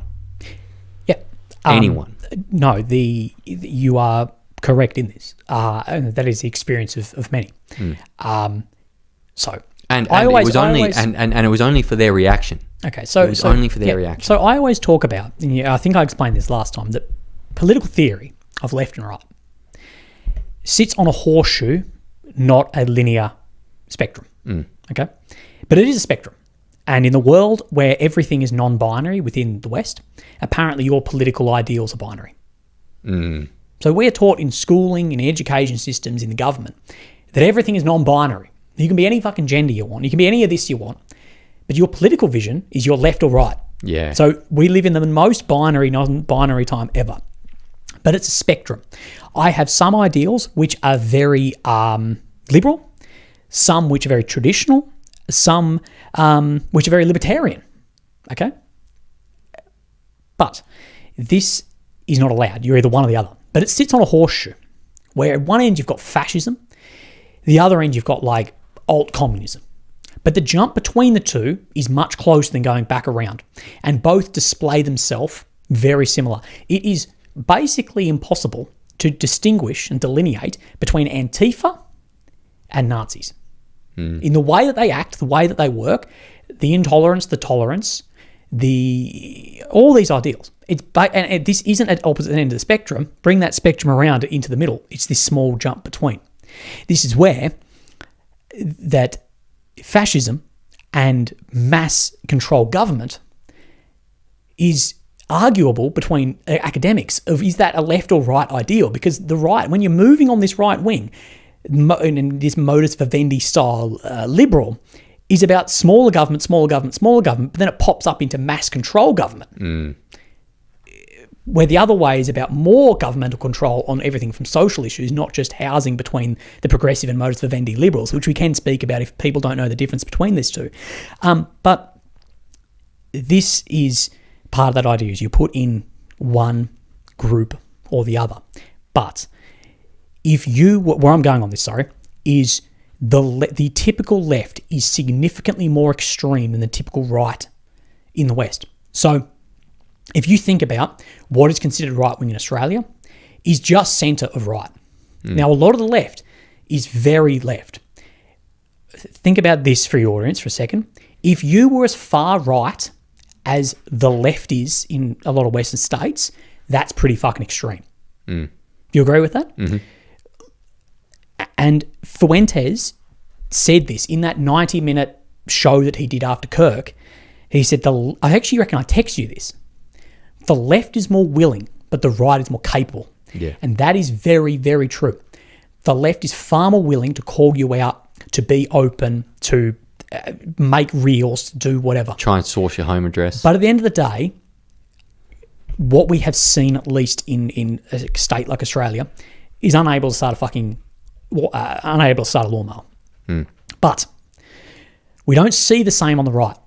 It's much more silent. But when that goes up, the fascism is highly organised. They're all dormant. Highly objective, like this, and it's we can speak about this of when you start swinging really hard right, is alt efficiency. It is alt objective, like unbelievably objective thinking that goes into chaos, basically.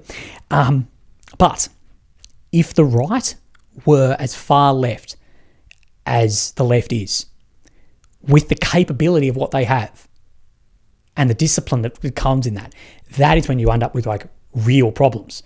That if you had, say, the BLM riots, imagine if the right was on that extreme of that. It wouldn't be a riot lighting bins on fire and tipping over cop cars. You know, it looks like Germany in the 30s. They would be taking over cities.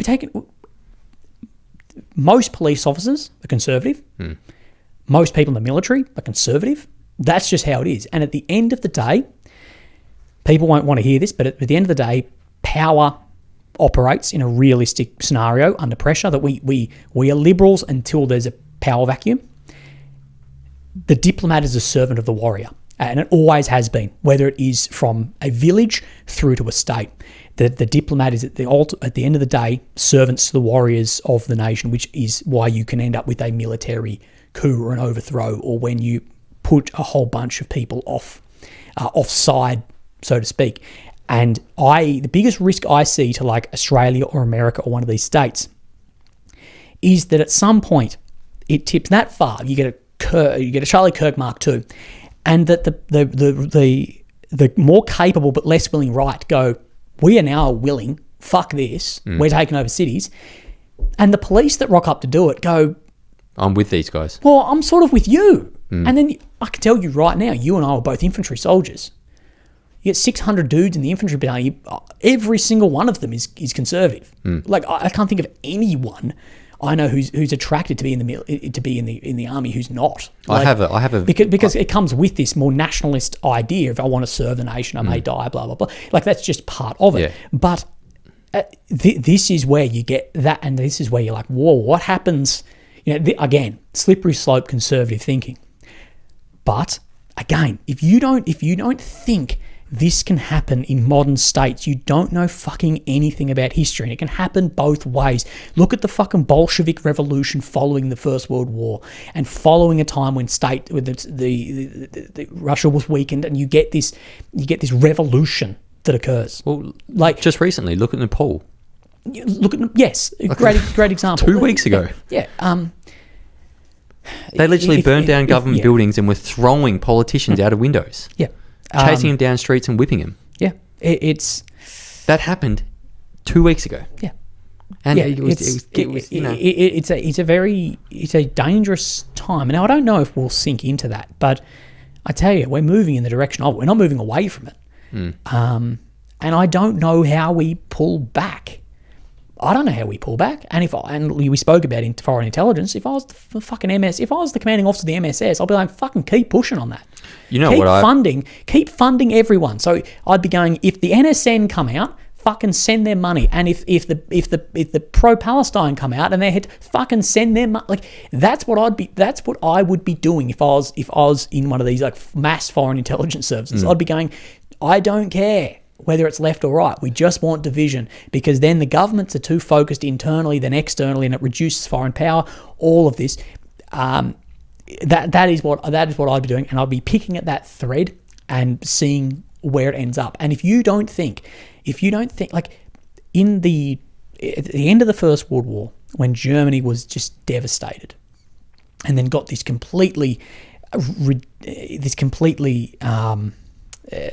Treaty of Versailles had just like nothing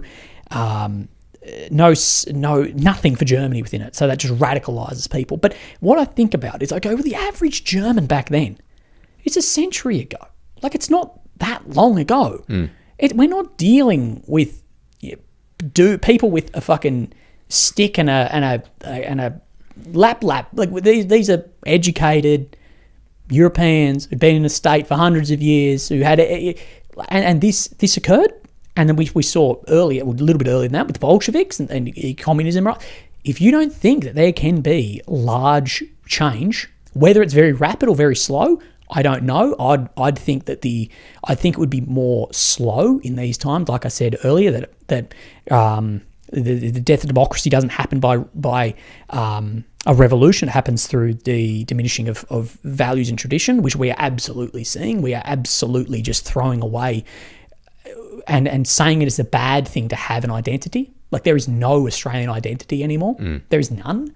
And if you push back on any of that, of saying, well, I want, like with immigration, I think a lot of people, in my opinion with immigration, I know you talk a lot about mass immigration.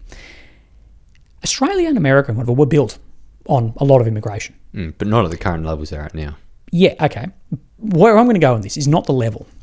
It's the ability for the adaptation or adaptation to the state of which it is. So these people came and practiced maybe their background of, I am Irish, or I am German, or I am British, and I'm proud of that, blah, blah, blah, but I'm an Australian. And this is where, when we're all sort of working together, where now there's a lot of immigration which doesn't embrace at all.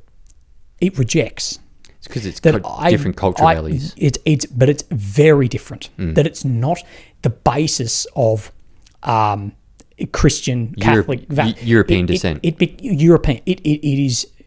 It's not only non-embracing, it's a rejection of the state. And the biggest thing I say to people is if you think that's ridiculous, flip it on its head, okay? So I, right now, let's say I go, I don't want to pay tax, I'm going to move to Saudi Arabia. I arrive in Saudi Arabia and go, I don't like Islam. I'm rejecting that. You should adopt my values. You'd laugh me out of the room and say, you're a fucking idiot. What are you on about, dickhead? That is, and I think that is a lot of people's issue with migration is not, okay, you can talk about figures, okay, but I think a lot of people's is there's a rejection of our identity. 100%. I think that is a big problem to a lot of people, because the problem with immigration too, though, is when we talk about these numbers, and this is where I wouldn't critique you on, but we'd have a conversation about what the fuck else do you expect us to do economically? Like, this is the problem. Is if I was sitting in the government, I'd go, if you don't want immigration, have fucking 6 kids. No one can afford to have fucking 6 kids. But the problem is our fertility rate is just shot. 1.5 per female. You need 2.1 to sustain a population. Yeah. But this is a slippery slope too, though. It's not linear how that works. It gets worse and worse and worse, because when you're dealing with and you're going, well, my kids are going to have a worse upbringing, then that rate actually drops. You end up where South Korea is. Even if South Korea right now said we need to have all these cute children, there would be a massive period where it is absolutely shocking. Like, South Korea is just going down with the ship. Do you want to know the 2 places in the world where the birth average is actually above the 2.1? The Middle East and in some parts of Africa. Where are we getting most of our people from at the moment? Middle East and parts of Africa. Now, this is the whole problem with this whole thing around fertility and migration and sustainment of the state. It is a fucking nightmare. What I've spoken about, I think I may have mentioned this last time, is a lot of these other countries are tying themselves to countries with higher fertility rates than we are. Like the entire West, if you will, the international community, which is a stupid fucking saying. Like, when a European leader goes, the international, there's no night watchman of the world. There's the international order is anarchic. Like, it is chaotic, held together by entanglement and military deterrence. There's no world police happening over the top.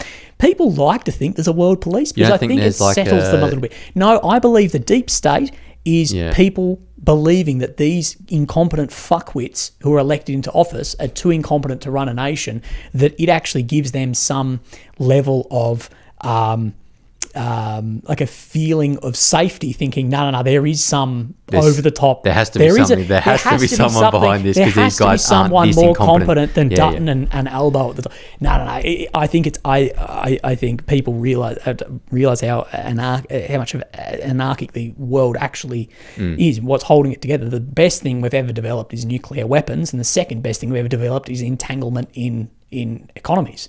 And it doesn't make sense to invade your neighbour because you make too much of their shit, or you get blown off the face of the fucking earth through extinction. Other than that, there's no world. No one's coming to your saviour. And this is why all nations, you balance your military power against capability, not off intent.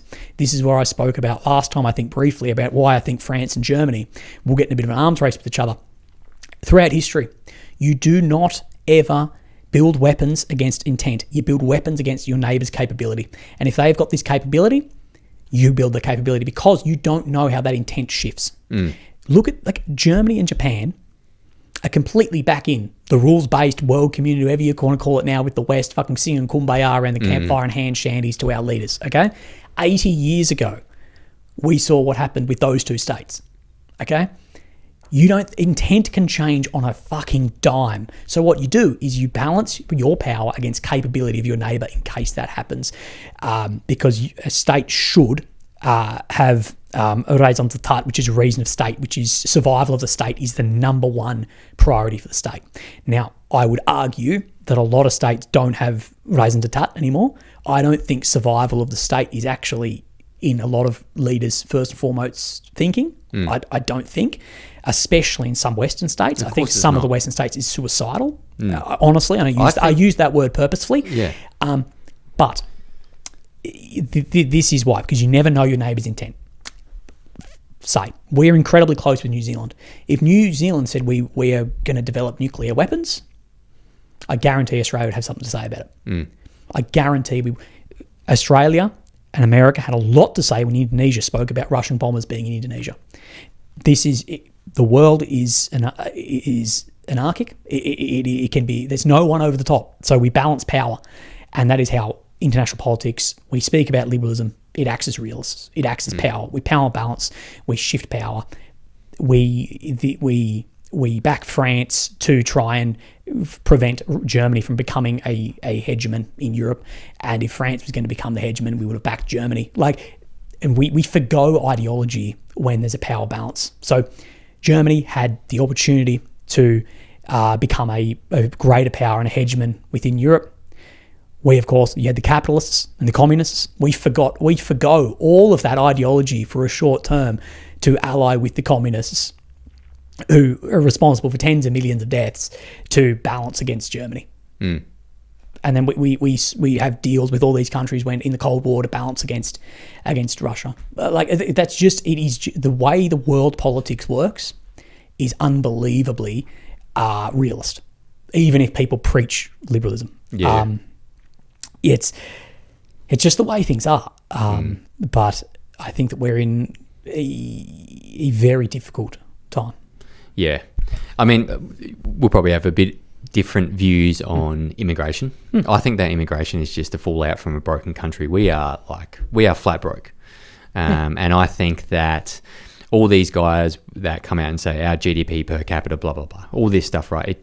To me, that doesn't really matter if we are only paying off the interest. GDP per capita is a fucking scam. Yeah, 100%, right? And it doesn't really matter because if we keep paying off only the interest from the tax dollars, that means less money for schools and all this sort of stuff. But what do? We need to increase productivity within the country to get more money. And the government doesn't want to burn our natural resource sector or anything like that. So we just flood the place with people because that's more productivity, increase people. So to me, I just think, we're in a broken government, and instead of cutting costs and instead of pulling back on, let's say departments where they're paying people to be an LGBTQ plus advisor, right? Paying someone $200,000 a year. So if that'd be low for a government advisor. Yeah. So if we scrapped all the DEI, woke policies, all this weird stuff and indoctrination on schools, and we went back to potentially burning our natural resources and bringing industry back in Australia, and I know there's a whole bunch of stuff around that as well. Like the car industry left because they pulled away the subsidies, and they said, well, go on then, go overseas, I dare you. And they did go overseas. Now there's no car industry in Australia. So but if we tried to bring back some manufacturing and all this stuff, I think we could fix the money problem here.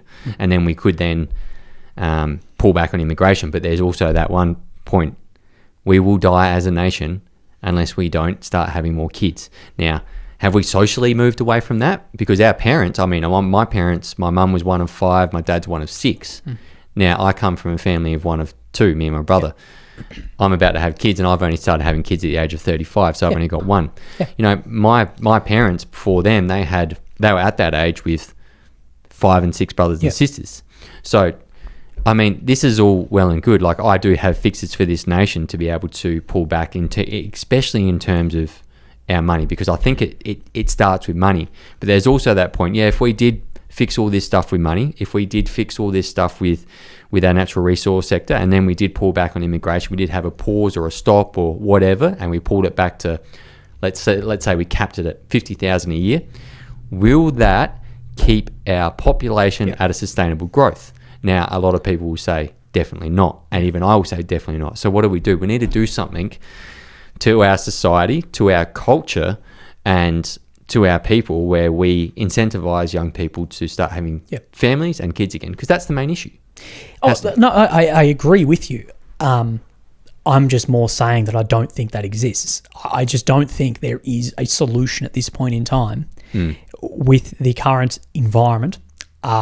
And a good word for you is Anthropocene is a geological epoch. So a geological time is an Anthropocene. And in the Anthropocene of the day, which is believed around the climate change and this and that, I just don't believe there is incentive for people to have large families. No. And it's not only financially. I think that a lot of conservatives tend to look at the financial dollar aspect rather than a cultural change. And there has been a cultural change, especially away from religion. And religion has not diminished at all. The most hardcore religion, the percentage of people that are religious hasn't reduced, it's just become ideology. So the number of Christians or Catholics, Protestants, that has reduced in Australia. But all that's been adopted is ideology. So now people just see themselves with this ideology. And I see ideological dogma as just 2.0 of religion. That's all I see. And I think true. If you were to say, as religion in Australia has reduced, we have picked up ideology. I would much rather religion over the net value has not shifted at all. In my opinion, I think we talk about manufacturing. I know a dear friend of the show, Hasty, he did a video speaking about Australian car manufacturing. And in my opinion, I think that is a utopian thinking for something that is long gone. Yeah, I think he was just pointing out that we destroyed our manufacturing industry for. Oh, we're way off. Yeah, we are way off the edge of that. And the only vehicles that a country like Australia could make are going to be exotic vehicles, like the Italians. They make Ferrari and they make Pagani and they make Lamborghini, but these are exotics and they can charge $2 million a car. But can you ever compete with BYD? Could you ever? Fuck no. And the Chinese know this. So President Biden, he in no short of terms, in the 23 Pentagon security report, it's not called that, but it's very close to that. If you Google that, you'd find it. Spoke about that the Chinese government is subsidizing BYD as a threat to the American car industry. And you're like, yeah, they may be. Like that is how things work, because they know, hey, if we subsidize this, they'll never get on their feet to build this amount of vehicles. And if America, in which they will eventually let in the Chinese-made cars, Chevy and Ford and whatever will become like it will sink. And I just think Australia, our biggest problem is our population to size of state. And I'm not saying therefore we pump in 1 billion people. I'm not suggesting that. I like Australia how it is. Well, I liked how it was. But that is a problem. We have a massive state. Any other state that is even similar in land size to us, we're talking like America, Russia, China. I won't call Canada a great state, but they're similar-ish to us, but they've got the same problems as us. But these other states, they are massive populations. Australia, we're dealing with 26 million people and these massive, a state the size of America. Our population is an issue, but we've got a massive desert in the middle, though. We have to have a massive desert in the middle. But if you look at the amount that we could support, like we are a net positive exporter of fucking everything. We're never going to be like a mass power because of that, but also the ability to actually manufacture is just going to be too expensive, too few people, and this sounds very, very bad from a if you'd call me a white collar worker because I do this for a living, is that these labour jobs, they deserve every cent they earn, but they get paid too much. That is actually the problem. It's because if you're a tradie, you need to get paid $50 an hour to just survive. You just survive. You need that. And you deserve that. I'm not saying they don't. But I'm saying that therefore everything is so fucking expensive. To build a house is so expensive. To build a car would be unbelievably expensive. To build an iPhone. And this is what this mass population, incredibly expensive.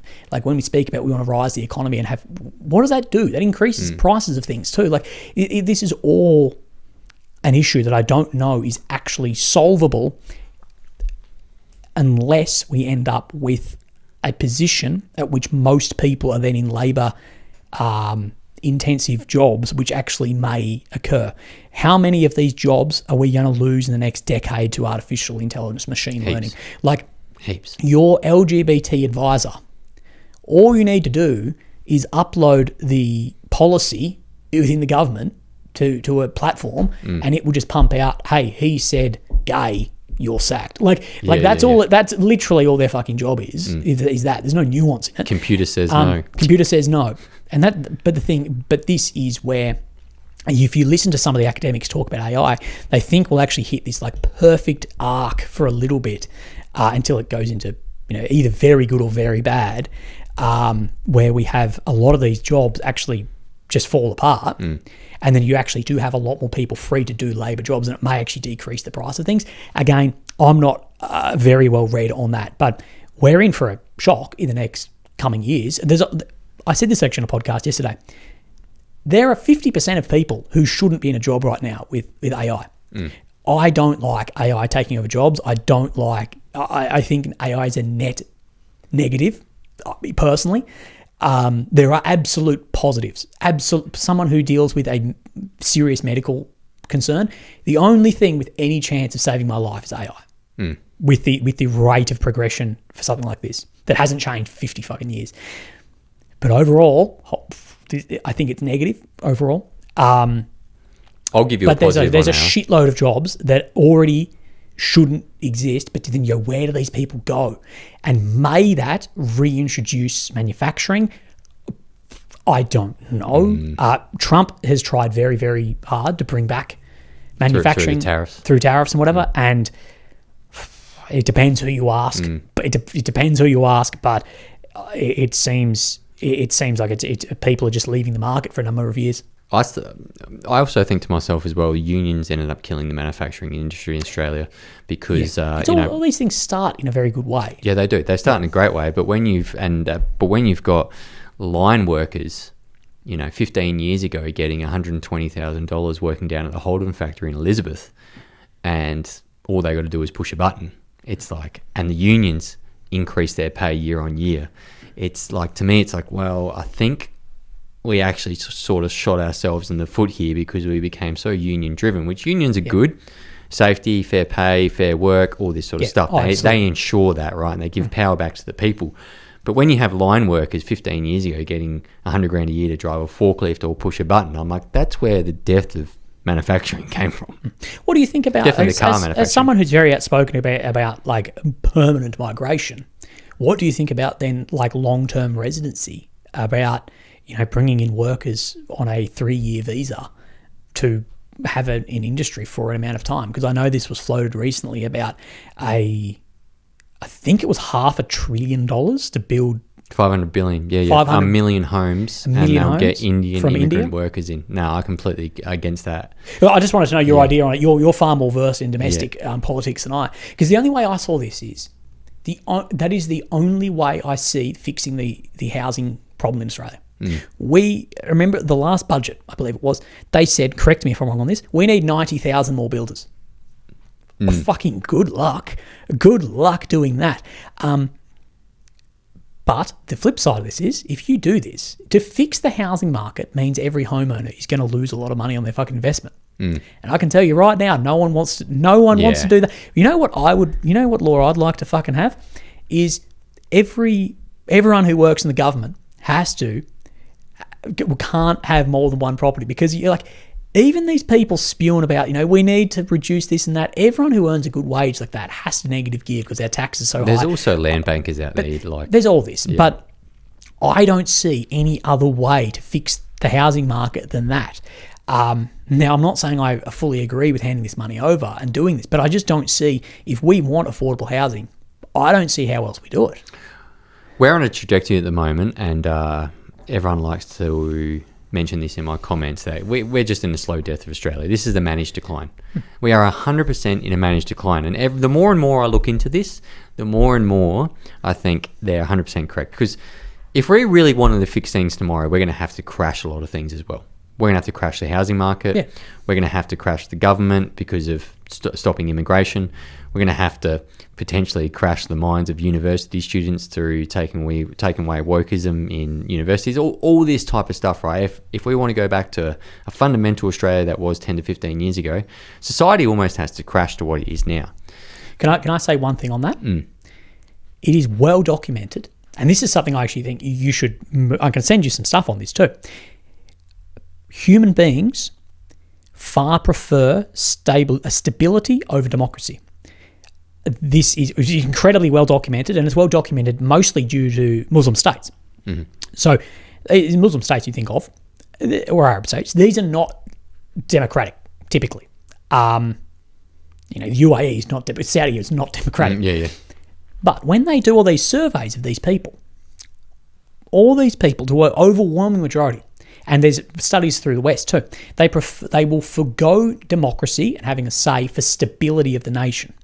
So I do wonder, and this is something just to think about going forward, that humans in general prefer a stable government over than their ability to have say ultimately in it.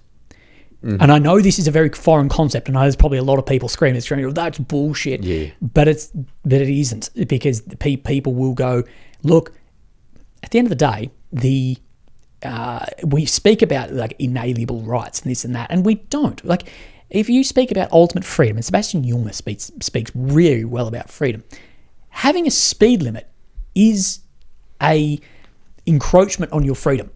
An ultimate freedom, if you will. If you're a freedom absolutist, you don't just drive it at what fucking speed I want. Like a sovereign citizen. And not even that, just an absolutist of freedom. Like, you should be able to do whatever you want. You know.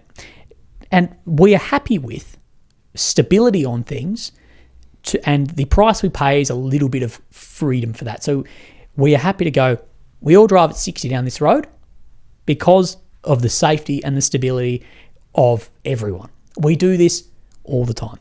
We also go the other way.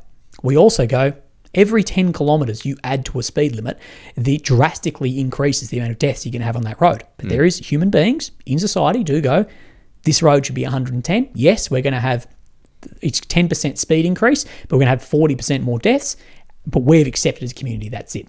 But I think, yeah, it's interesting to look at that stability versus people and how they see democracy. And I think that's a lot of why someone like Trump got voted in, Trump practices democracy. There's no country in the world that's ultimate democracy. But I think they saw that as a more stable process and is more reminiscent of America in maybe in the 90s than the other way in changing. So I do wonder with your scenario. Sorry, I did cut you off on this. I went on a fucking tangent. But, sorry. But I do wonder where the stability of the nation versus where democratic values actually sit for a lot of people in somewhere like Australia. If we went, the way to fix this and be more stable into the future is an encroachment on everyday rights.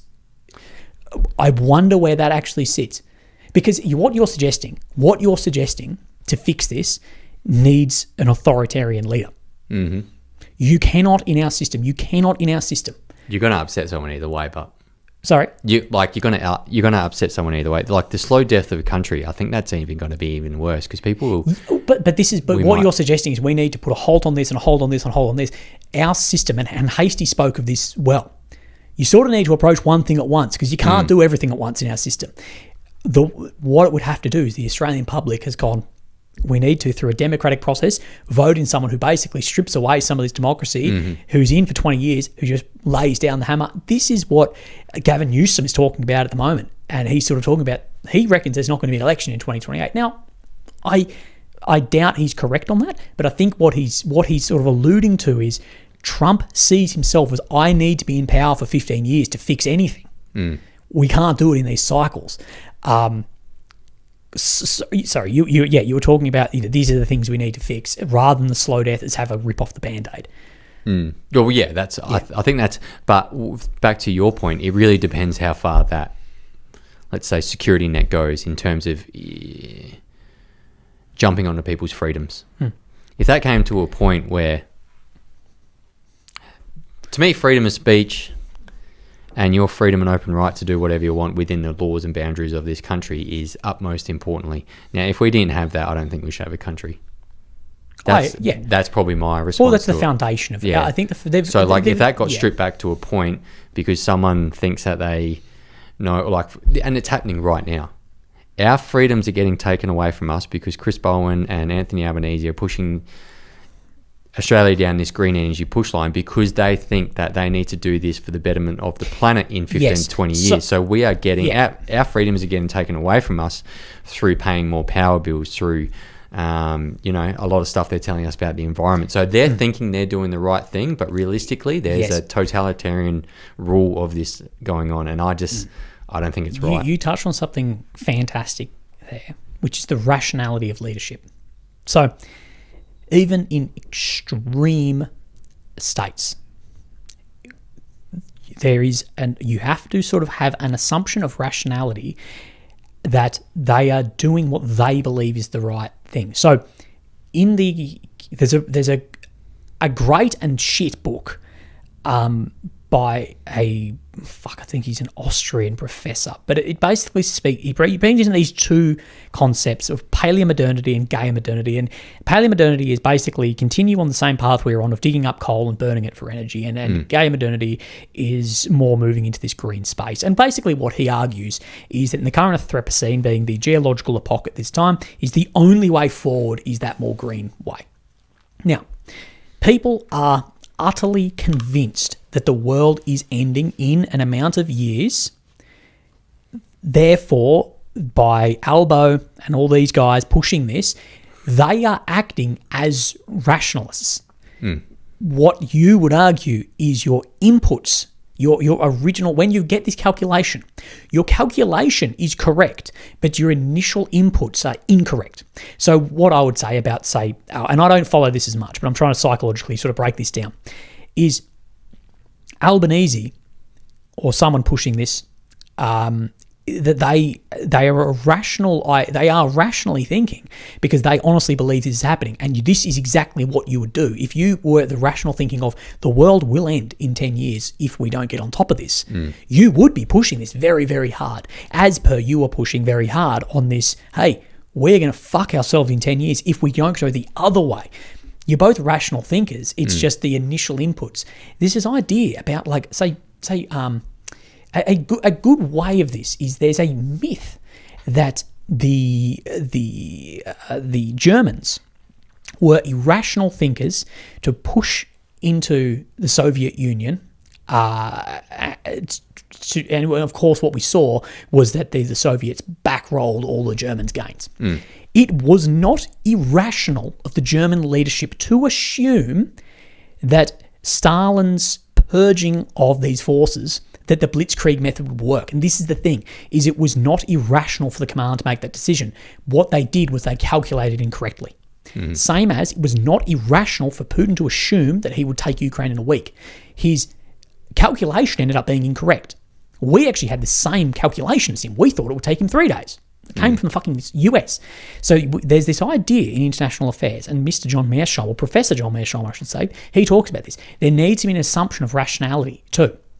There needs to be an assumption Albo is rational, but maybe his initial inputs are incorrect. I know that's getting a little bit philosophical. Then you have to look at the climate scientists, the green billionaires behind the Labour Party. There's all these things. You and I spoke about this the other day with Abby Chatfield. Now, I probably went a bit soft back then because I've seen some more stuff, but she was upset, crying in a video about how does anyone have children when the world is going to end it's an extinction level climate. She is acting in a rational way if you believe that. She's acting like a human. That's how far radicalized she's been. Now, the video I sent you the other day, and you said I can't watch this about her speaking. I got 2 seconds into it. Her saying there's all these people online who are now pseudo intellectuals, and I'm like, and there's Ezra says the more talent they have, the more pride they have, the more vanity and arrogance that they'll approach a situation with. And a good question will silence 50 academics, but a fool will have an answer to 50 questions. And I think people like that fall into that. I still would love to see you and her have a debate, and I'd happily be in the middle of that. She needs to take a drug test before it, though. At the end of the day, there needs to be more of an assumption, I actually believe, of somewhat of rational actors on the international stage. But the thing is too, this idea of the ends justifies the means, or the means justify the ends, sorry. This is where liberalism goes completely against its own values of exporting this too. So we believe that whatever means justify the ends of exporting liberalism to the Middle East, so we get locked in a fucking 30-year war. Stalin, he believed that the ends of global Marxism socialism, that he honestly believed that it was justified to kill tens of millions of people. and had the gulags. And this is the thing where I'm saying that we need to be very careful on this, because you get people that go, hey, to fix the problem of climate or to fix the problem of immigration, whether you want to go a left or right issue, any means justifies that ends when you see it as existential. And I'm saying that I believe that there's actually a very danger in this, because this is where you go on the climate side, for instance, that climate activists, in my opinion, justify the genocide of people that live in third world nations for what they believe of the current Paleomodern or Anthropocene of the geological time. So what they will say is, we need a reduction in population in the world. They're not talking about Australians or Americans when they say this. Yeah, of course. Jordan Peterson, he got in a lot of trouble, but he replied to that question once and goes, well, I know where you can start. But this is the thing. I believe that they are realising, okay, because we know, where the fuck does the graphite come from to build these? It comes from poisoning complete third world communities in Africa somewhere. Cobalt and mines. These are the people being fucked by all of the, and like these are, but also on the other side, and we have seen history show this too, how far will people go to if it gets down this line of that immigration, not only is further immigration the problem, previous immigration was the problem. Where does that then go? Like what means justify the ends of where people have this idea? I'll tell you what it does. It's only going to make two sides more extreme. This is why we need reasonable, rational debate in things. And this is why you're approaching things at both ends of the spectrum. So if you go ultimate one way is objective. Ultimate the other way is subjective. So you come to, and I'm meaning in the Western world, that you come to this with the, I don't care if this is real or not. I feel that the climate is changing, so therefore we must do this. But then you go the other way and people go, I don't care if there's a whole bunch of crime here. These people are doing that. The only way to fix it is this. And I think that this is this, and you're correct. You're very correct on this is pushing people more extreme. If you look at the US debates 2 decades ago, it's like, oh, this gentleman is great. He's from Kansas, and they're hardcore now, man. I'm more focused on giving back to the people in Medicare. Where now it's like, well, they shoot this people for guy debates. is a communist, blah blah. Blah. Like they use rhetoric, and to link back to very very very begun in this, a lot of states now don't see the integration with the West as the pinnacle of things. They're rejecting more of what is happening. If you were sitting in this is what Foreign Minister Wang Yi, at least I'm paraphrasing him here, I'm reading between the lines, but this is basically what he said about criticism from America to China, was you've been around for 250 years and there are cracks in your state, massive cracks developing. We may be communist, we may be this and that. We've been around for 5,000 or 6,000 years, and we're actually increasing year on year. The basic level may not be where it is, but the stability has been around for thousands. Like this is the time. Like, are we just a spark in ultimate human existence and it falls off? Are we peaking? Peaking? Well, I think we peaked in the era. I would call it the Seinfeld and Friends era. I think that was the peak of Western civilization, was when the American Pie movies were in the cinema. I think that was the peak. Yeah. Right at the start of the Afghan war. It is, and there is gave a everyone question, a purpose as well. They brought everyone together. There is a question amongst academics of, is democracy scalable? Does it work? Can it scale to a certain amount of people? Now, this is difficult, and India may be an outlier in this, but India is also very nationalist. Like Modi is a lot more national than people actually think. India in the 60s compared to India now is significantly different to where it was. But there is an idea that some academics will go to that, like Finland and Norway and Sweden, they work very, very well as democracies with 3 to 5 million people. When we scale to 350 million, do you start seeing this authoritarian creep that we may see? And I'm meeting left and right authoritarian creep. Authoritarian is always put as synonymous with the right, but it is absolutely not. Like, yeah. but can it scale? Like, can you have 1 billion people in a completely democratic system that looks like Finland or Sweden? And a lot of academics will say no. Like, a lot will say no. Like, this is why India does look a lot different in a democratic sense to like Finland. And where do we go in this? If China tried to have more of a democratic system, would it actually work? Like, what develops and what falls apart in this, rather than having Xi and the several under him, then the Politburo and how that looks? We are in like the century, the 20th century was all about the battle of ideology, communism, capitalism. And capitalists won. The 21st is, I think, going to be more about like survival of states, like who makes it to 2100, or who looks like this. Like, I have no doubt that Australia or America will exist, but is America, right here and now, would you go America will be the dominant power by then? I don't know. That also scares the hell out of me. Oh, it should. But the thing is too, we do need to also realise that every state does think that they are immortal. And it hasn't worked like this. Like the Greeks, the Romans, they thought they'd be around for 1,000 years, and they weren't. Like, there is, it is peaks and troughs of everyone had their peak. People had their peak. And sorry, the term I want to go on to before we however we wrap up or go or whatever, is that total democracy that we spoke about. And this is where I see a lot of the world heading. And I've bought some of my notes just to speak about this, but I think this sums up very well. This is Mark B. Smith. Are you meaning total democracy is in like a one world government? No, is that what you're trying to refer to? This sums it up far better. It's referring to the end of the Soviet Union, not the end, about the mid point in the Soviet Union.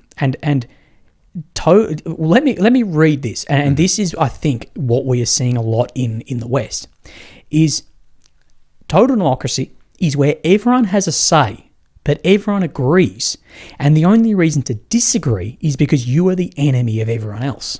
Now, this is some of the things we've seen. Some of these states actually are democratic, but it's liberalist is the wrong word, but it's like an illiberalist democracy where it's like everyone has a say, but we all need to agree. And this was the endless applause that happened in the Soviet Union in 1937, maybe, was where it was like everyone has a say. It's got to be Stalin in power. It's got to be this and that. Like, and this is where, and I think that term total democracy, I actually think relates very much to the system of which we are in at the moment. That everyone has a say, but we all must agree. And if you disagree, you're an enemy of the state. So this is what I think about with a whole bunch of issues that you may bring up. That everyone has a say about migration, but if you have a different narrative to like the accepted narrative, you're now an enemy of the state. I think that the West has almost become so democratic, we're in this like total democracy stance. Of course we are. Yeah, and I think that term, I forgot if I've written it in my notes, but there's a whole bunch of weird total shit. Democracy is a fantastic term to explain where we're actually sitting at the moment. Mate, there is so much weird stuff happening to me at the moment. Yeah. Which like I can't really explain on this podcast, but it is weird, and it's only started happening since I started to get a large voice and push back against a narrative. Yeah. Now this total democracy is like everyone can have their say, but if you disagree, you're an enemy of the state. I honestly feel like we are moving heavily towards that. And at the end of this year, there could be a social media ban for under 16s. It only takes a couple of tweaks of that law. Bang, I'm gone. Yeah. Well, listen to this. Like, the far subjective side can end up authoritarian of what we may call a total democracy, a scenario where anything goes except questioning the dominant narrative of the subjectivity. This creates the paradoxical form of mob rule, or the loudest minority. The far objective side can become tyrannical by treating human beings as variables in the equation instead, and steamroll the differences of compassion in the name of absolute truth. But both sides end up extreme with intolerance or abuse of power. It's exactly what's happening now. That total democracy becomes into like tyranny. And this is the thing about like accepted truths. And there's like accepted, this is the thing I see, is like the government, for instance. There is, and I know this is low-hanging fruit, but it's a great example, is the gender fucking sex question. There is an accepted rule that it is not binary. That is the accepted rule. If a politician came out and was like, hey, this is bullshit, or even people online, and say I'm compassionate to people who think this way, but objectively, hang on, guys, come on. Yeah. But now that there's an accepted position on this, that's total democracy. Oh. And I think there's more and more and more of these things that have to be accepted. And this is why you have an audience, but it's also why you cop a lot of criticism, okay? Is you're pushing back on the accepted narratives. You're pushing back on why is migration accepted? Why is gender accepted? Why is climate accepted? Why is lack of opposition to some policy that may represent people? Why is that just accepted? And this is where that becomes further tyrannical. This is why you would not have had an audience 15 years ago, because people would have gone, mate, no shit. Yeah, dickhead. Bring back common sense. We're in common sense. The thing is, you and I lose our jobs, which is probably a good thing for the world. But yeah, that these accepted truths, and that is ultimately where the communists in the Soviet Union fell into, was this, hey, no, it's democratic, but it's he's in charge, and you have to accept this. And we saw that house of cards fall over incredibly quickly. Relative to time. So, yeah, I think it's an interesting thing for yourself to look into that, total democracy. We're seeing that play out right in front of our eyes. Right in front of our eyes. And the government at the moment, I think we're in a bit of a, let's say, not social media war, but we are in an information war at the moment, where voices like mine are rising up saying, hang on, this has been happening, and this didn't happen before because they controlled the media.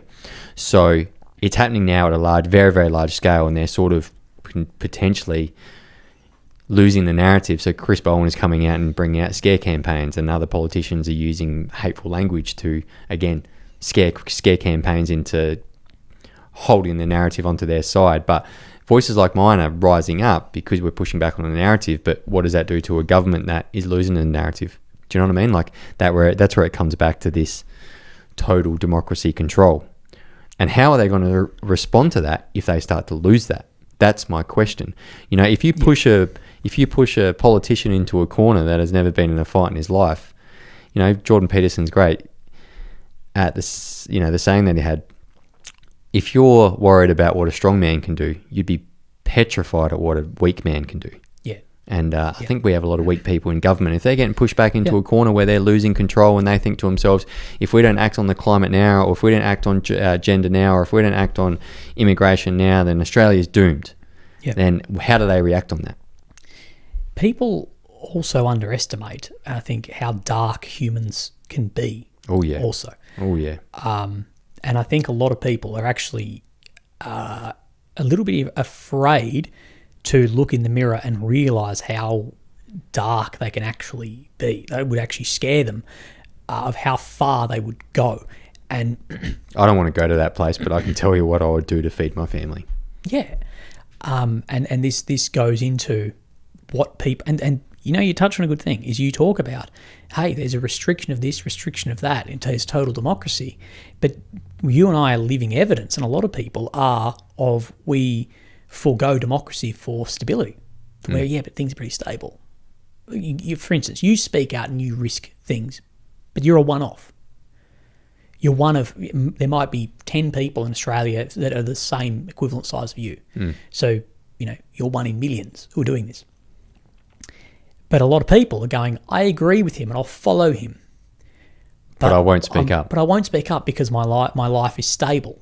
And that is actually exact evidence of what I said was there's studies about. But this is just a localised study of that people go, yeah, I don't agree with it, but I can't be bothered speaking up because of my job, my house, my friends. Social judgment. This. Yeah. And that is exact evidence that people will forgo rights and democracy in pursuit of stability, and short-term stability also. So this is people dobbing on their neighbours and putting them into the secret police in authoritarian states. It happens. I don't want to get done. So hey, there's people in that building, and I think people need to have a realistic vision that humans can be a lot darker. And I think rational, normal, everyday people in pursuit of utopia will do unbelievably wicked things. And I refer to this often on my channel called Willy's Theory of Utopia, that I am concerned about anyone who believes in a utopia. So if you believe in a left-wing socialist utopia, if you believe in a right-wing nationalist utopia, if you believe in an Islamic utopia, a Christian utopia, or whatever utopia you would want, you will justify any means to reach that end. So Stalin, he believed in a socialist utopia of this, and he justified killing millions to do it. Hitler, he justified a nationalistic way of life. He justified where he wanted to end up with killing millions of people. And you see this with religion, you see it with ideology, you see it with all of this. And this is the utopia of reaching a heaven, or the pursuit of not going to hell, but more of a pursuit of heaven, that these normal, average people will do wicked things to justify that utopia and reach it. And I'm concerned about anyone who actually has a utopia. If someone approaches me and says, look, there's this capitalist, right-wing utopia, we're all fucking hanging out and doing whatever, my first question is, I wonder what means you'd actually go to reach this. Same on the other, left-wing utopia. We tried that. People that wear a fucking hammer and sickle, like at university, I'm like, well, you're obviously, you don't know how that looked. Like, what? Okay. But at the time, people did dangerous, wicked things. And we see this. We see it a lot. But it was more prevalent in the 90s about and early O's with religious violence. About to reach a utopia, you will do wicked things. And that concerns me of anyone who preaches utopia. Well, either way, I'm like, what will you justify to reach that? I don't think there's a limit. I don't think there's a limit. Because you said it's survival for yourself, survival for your way of life, for your family, and all of this. I think that is as dangerous. And people go, well, what then is the pursuit? And my answer would be, the pursuit is knowing that we're in an ever-changing world of struggle. That, the life is, we're in a world of flux. There's going to be good and bad. That's going to exist. We have to accept that people disagree and people agree, and there's this and there's that, and people are different. And that life is, you're born, you struggle, you die. There's good times, there's bad times. Hopefully we should make the good times outweigh the bad. But if we start pursuing a utopia on any way, this is the climate utopia. So this utopia of green energy, and we're all driving a fucking electric vehicle and this and that, is at the direct genocidal detriment of people that live in these countries, because we talk about reducing the population, raping the earth of these resources to do it, and whatever, in poorer countries. But on the flip side of this too, this utopia of we're all digging up coal and we're pumping out all this, and the population's 25 fucking billion and whatever. I'm like, what will we do to get there also? Do we really then just completely destroy the fucking environment too? Because I'm not saying that, like, my idea on climate, and I'm not well read on this at all, is that I believe humans do have some impact. I think it's significantly less than natural impact, but there does need to be a realistic view at, hey, we do need to survive as well. I think there's this utopian vision in a lot of people that I go, you would exterminate me to, like, I'd never get the answer.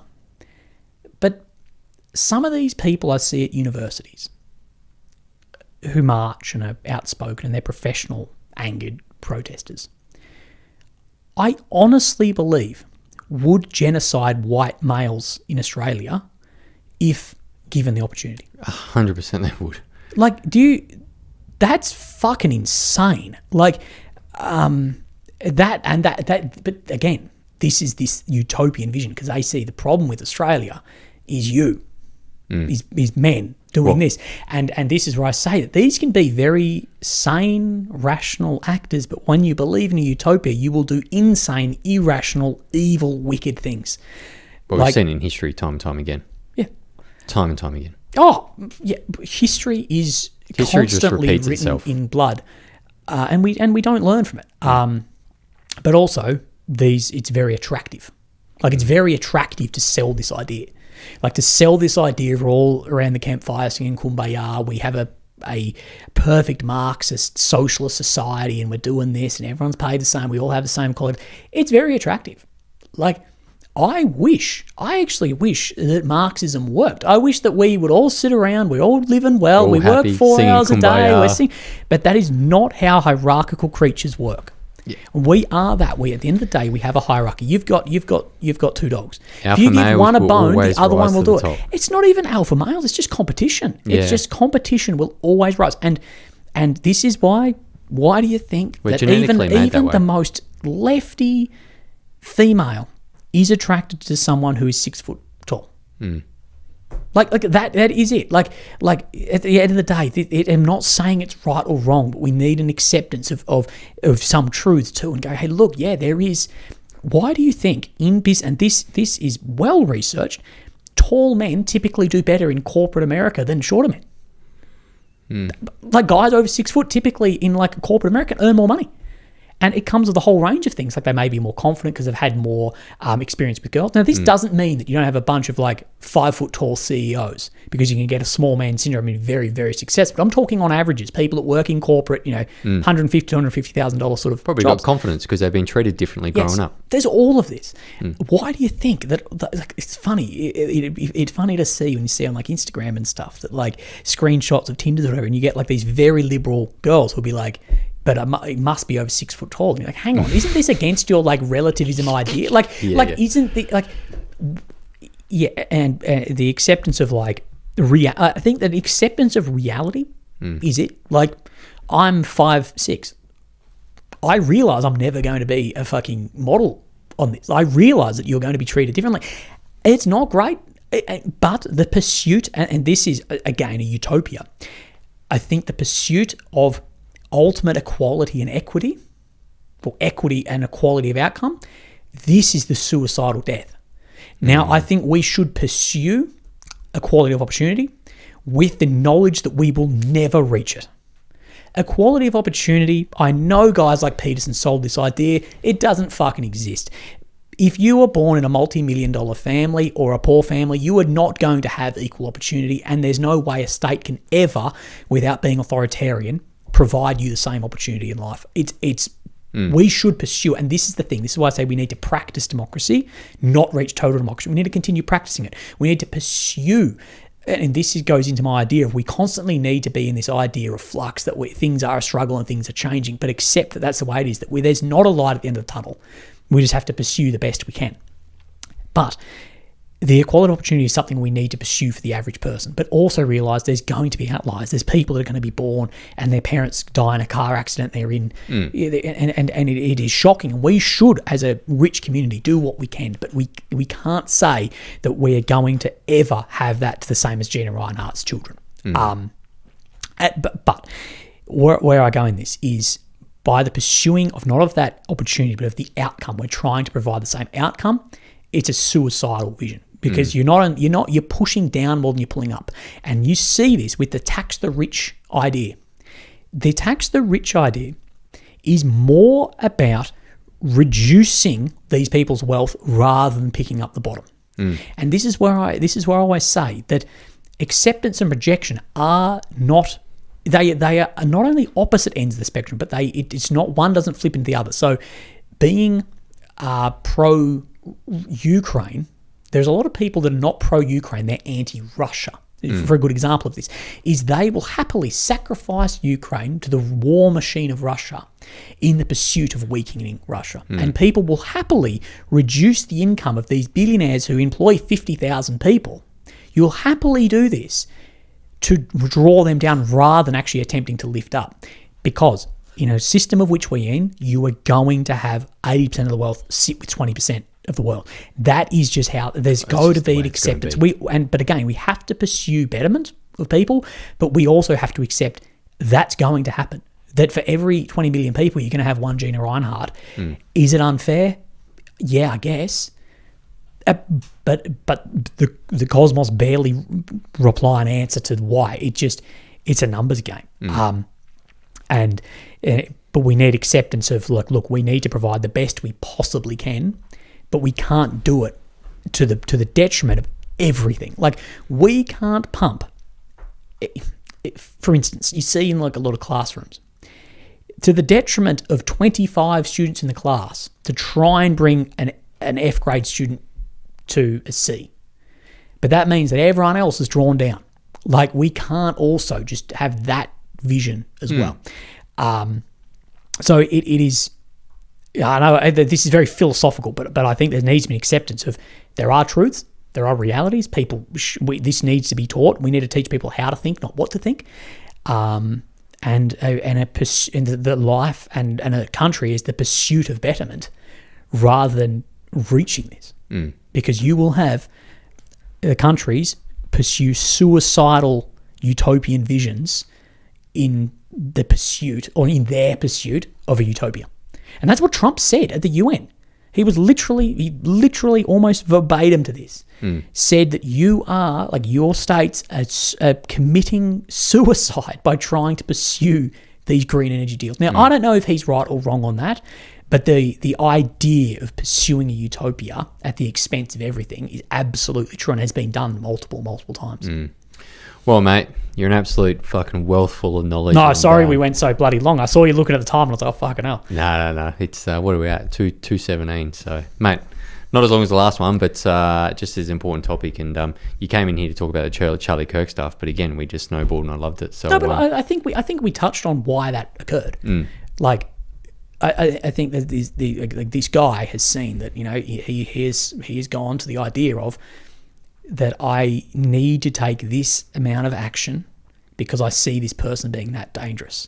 And I think he should receive the death penalty for what occurred. I completely am with that. But I also have a degree of empathy, if you will. I don't have empathy for the action. I have empathy for how it got there. Because he has had his mind filled. Yes, he's had his mind filled with this bullshit. And these fucking people on the mainstream and in the politics who don't think they wear responsibility for that are fucking fools. They are fools. Because if you don't think that dickhead comedian standing there with a decapitated decapitated Trump head when she did that, you don't think that's dangerous? You don't think that telling someone every single day that Trump is the reincarnation of Hitler and that these conservative thinkers who just think differently to you, it's rhetoric. You don't, and you sell that these are go bells. You are, at the end of the day, the one who pulled the trigger was the kid that shot him. The one that put the bullet in the chamber was the system. That is my whole vision on it, and that on a human level, I think that kid has acted within his rational thinking of this is a Hitler. I need to take him out because he's been sold that idea. Now, I'm not saying he gets away with it. I'm saying we should line him up and shoot him at the fucking thing. But I also see how that occurs, and I blame the system more. And then for whatever comes next, I blame the fucking same system that did it, because the same system is the ones who then celebrated following.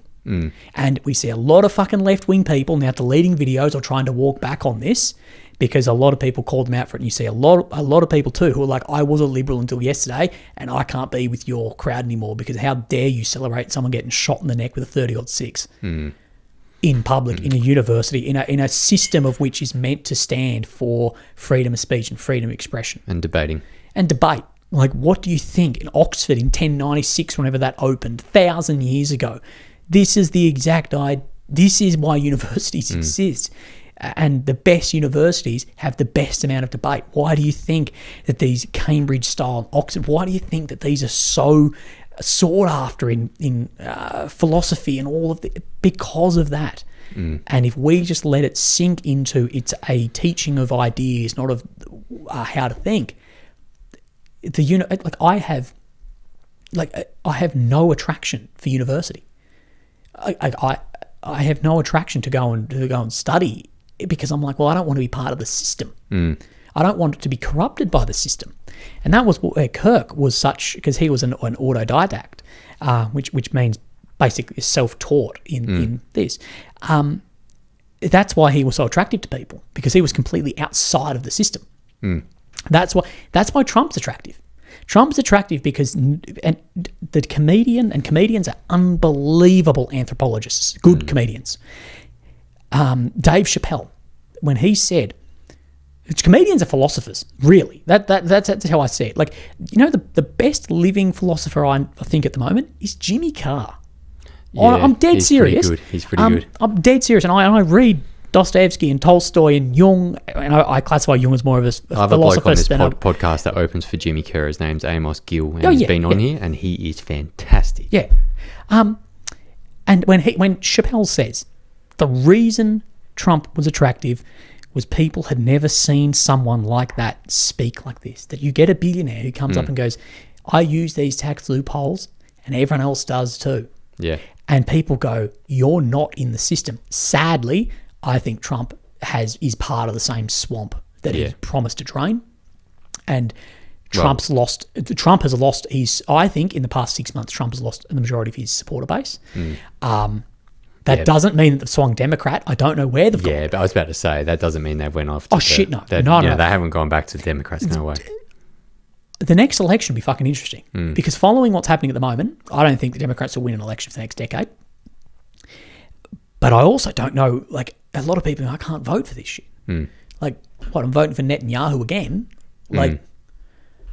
It's interesting. We're coming into very, very interesting times. And just to back up your comments there, I was so disappointed to see that Australian politicians, they were using the same sort of political language upon calling the right crackers and cookbots. Now, what that does is that, like I said before, that dehumanises people. And that is the exact type of language that got Charlie Kirk assassinated. And Jim Chalmers came out and he used that language, and I was so disappointed in that. I thought to myself, this guy, I'm actually not really proud to be Australian at the moment. If he hasn't learnt any lesson from what happened recently over in the US, and this guy is controlling our money supply, we are cooked. Yeah. And I was just really disappointed in that. And I think that guy's an absolute... I'm not going to use the same language as he used, and I'm just going to stop it there. So I don't want to, devalue. I don't want to devalue myself. But we don't want to devalue others too. If there was a left-wing orator get taken out like Charlie, you and I believe, would be having the same conversation and going, this is fucking ridiculous. 100%. We cannot have this. Yeah. Like this... What? Like, there's this open debate that's meant to be there, and you're meant to be pushing back. Sadly, echo chambers are significantly more comfortable than being in disagreement. Most people don't like disagreement, and most people like stability. Well, that's what we need. We need more debate, and we need more disagreement, and we need more people talking, because when people don't talk, they get to violence, and that's what happened. We also can't let comments ruin people's lives. Like, if you have an opinion on something that's not extreme, that we can't let this then ruin. You can't let it ruin your friendship with someone either. Like, I have friends that are very left wing and very. I do as well. I have friends who ring me all the time and be like, I disagree with you on them comments, but I say to them, like, do you agree with my right to be able to say it? And they go, yeah, definitely. And I said, well, that's the best part about it. That is the whole point. Yeah. There's this idea that you can't be friends or acquaintance or anything with someone who doesn't share all your 99.9% of opinions. And you're like, that's not how this should work. One of my best mates always disagrees with my comments, and he rings me up and he's like, I don't agree with that. Yeah. And then we have a small debate over it. He's a inner Sydney living guy, works in a works for a very, very good business in a very up-structured position, and me and him have debates on the time on the phone, but we're like best mates. Yeah. And that's very good. That's very healthy. Yeah. And that's fine to have. And we have never once let our friendship... Any of these ideas that I have never once pushed our friendship away. And this is why I'd like to see you debate someone like Abby, if it was possible to do, because you're also relying on acceptance in the other side. That's why I think that'd be. I think I'd get, like, someone like me would get a lot out of it. I would love to debate a Chris Bowen. Love to debate. Will there be any chance or something like that? He follows me. He follows me. I've never reached out. I need to reach out, but I definitely don't think it would happen, because I don't think that would last 10 minutes. It'd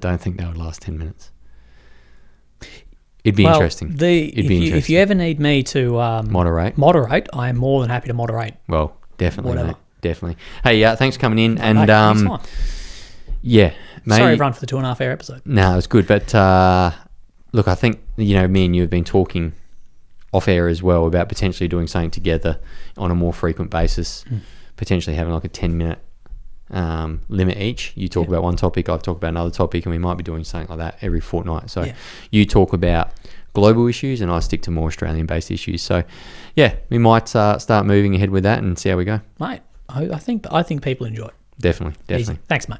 Thanks for tuning in to Two Worlds Collide podcast. If you want to support what I'm doing, you can grab some merch or jump on my Patreon program. Both links are in the description. Until next week, take care, guys.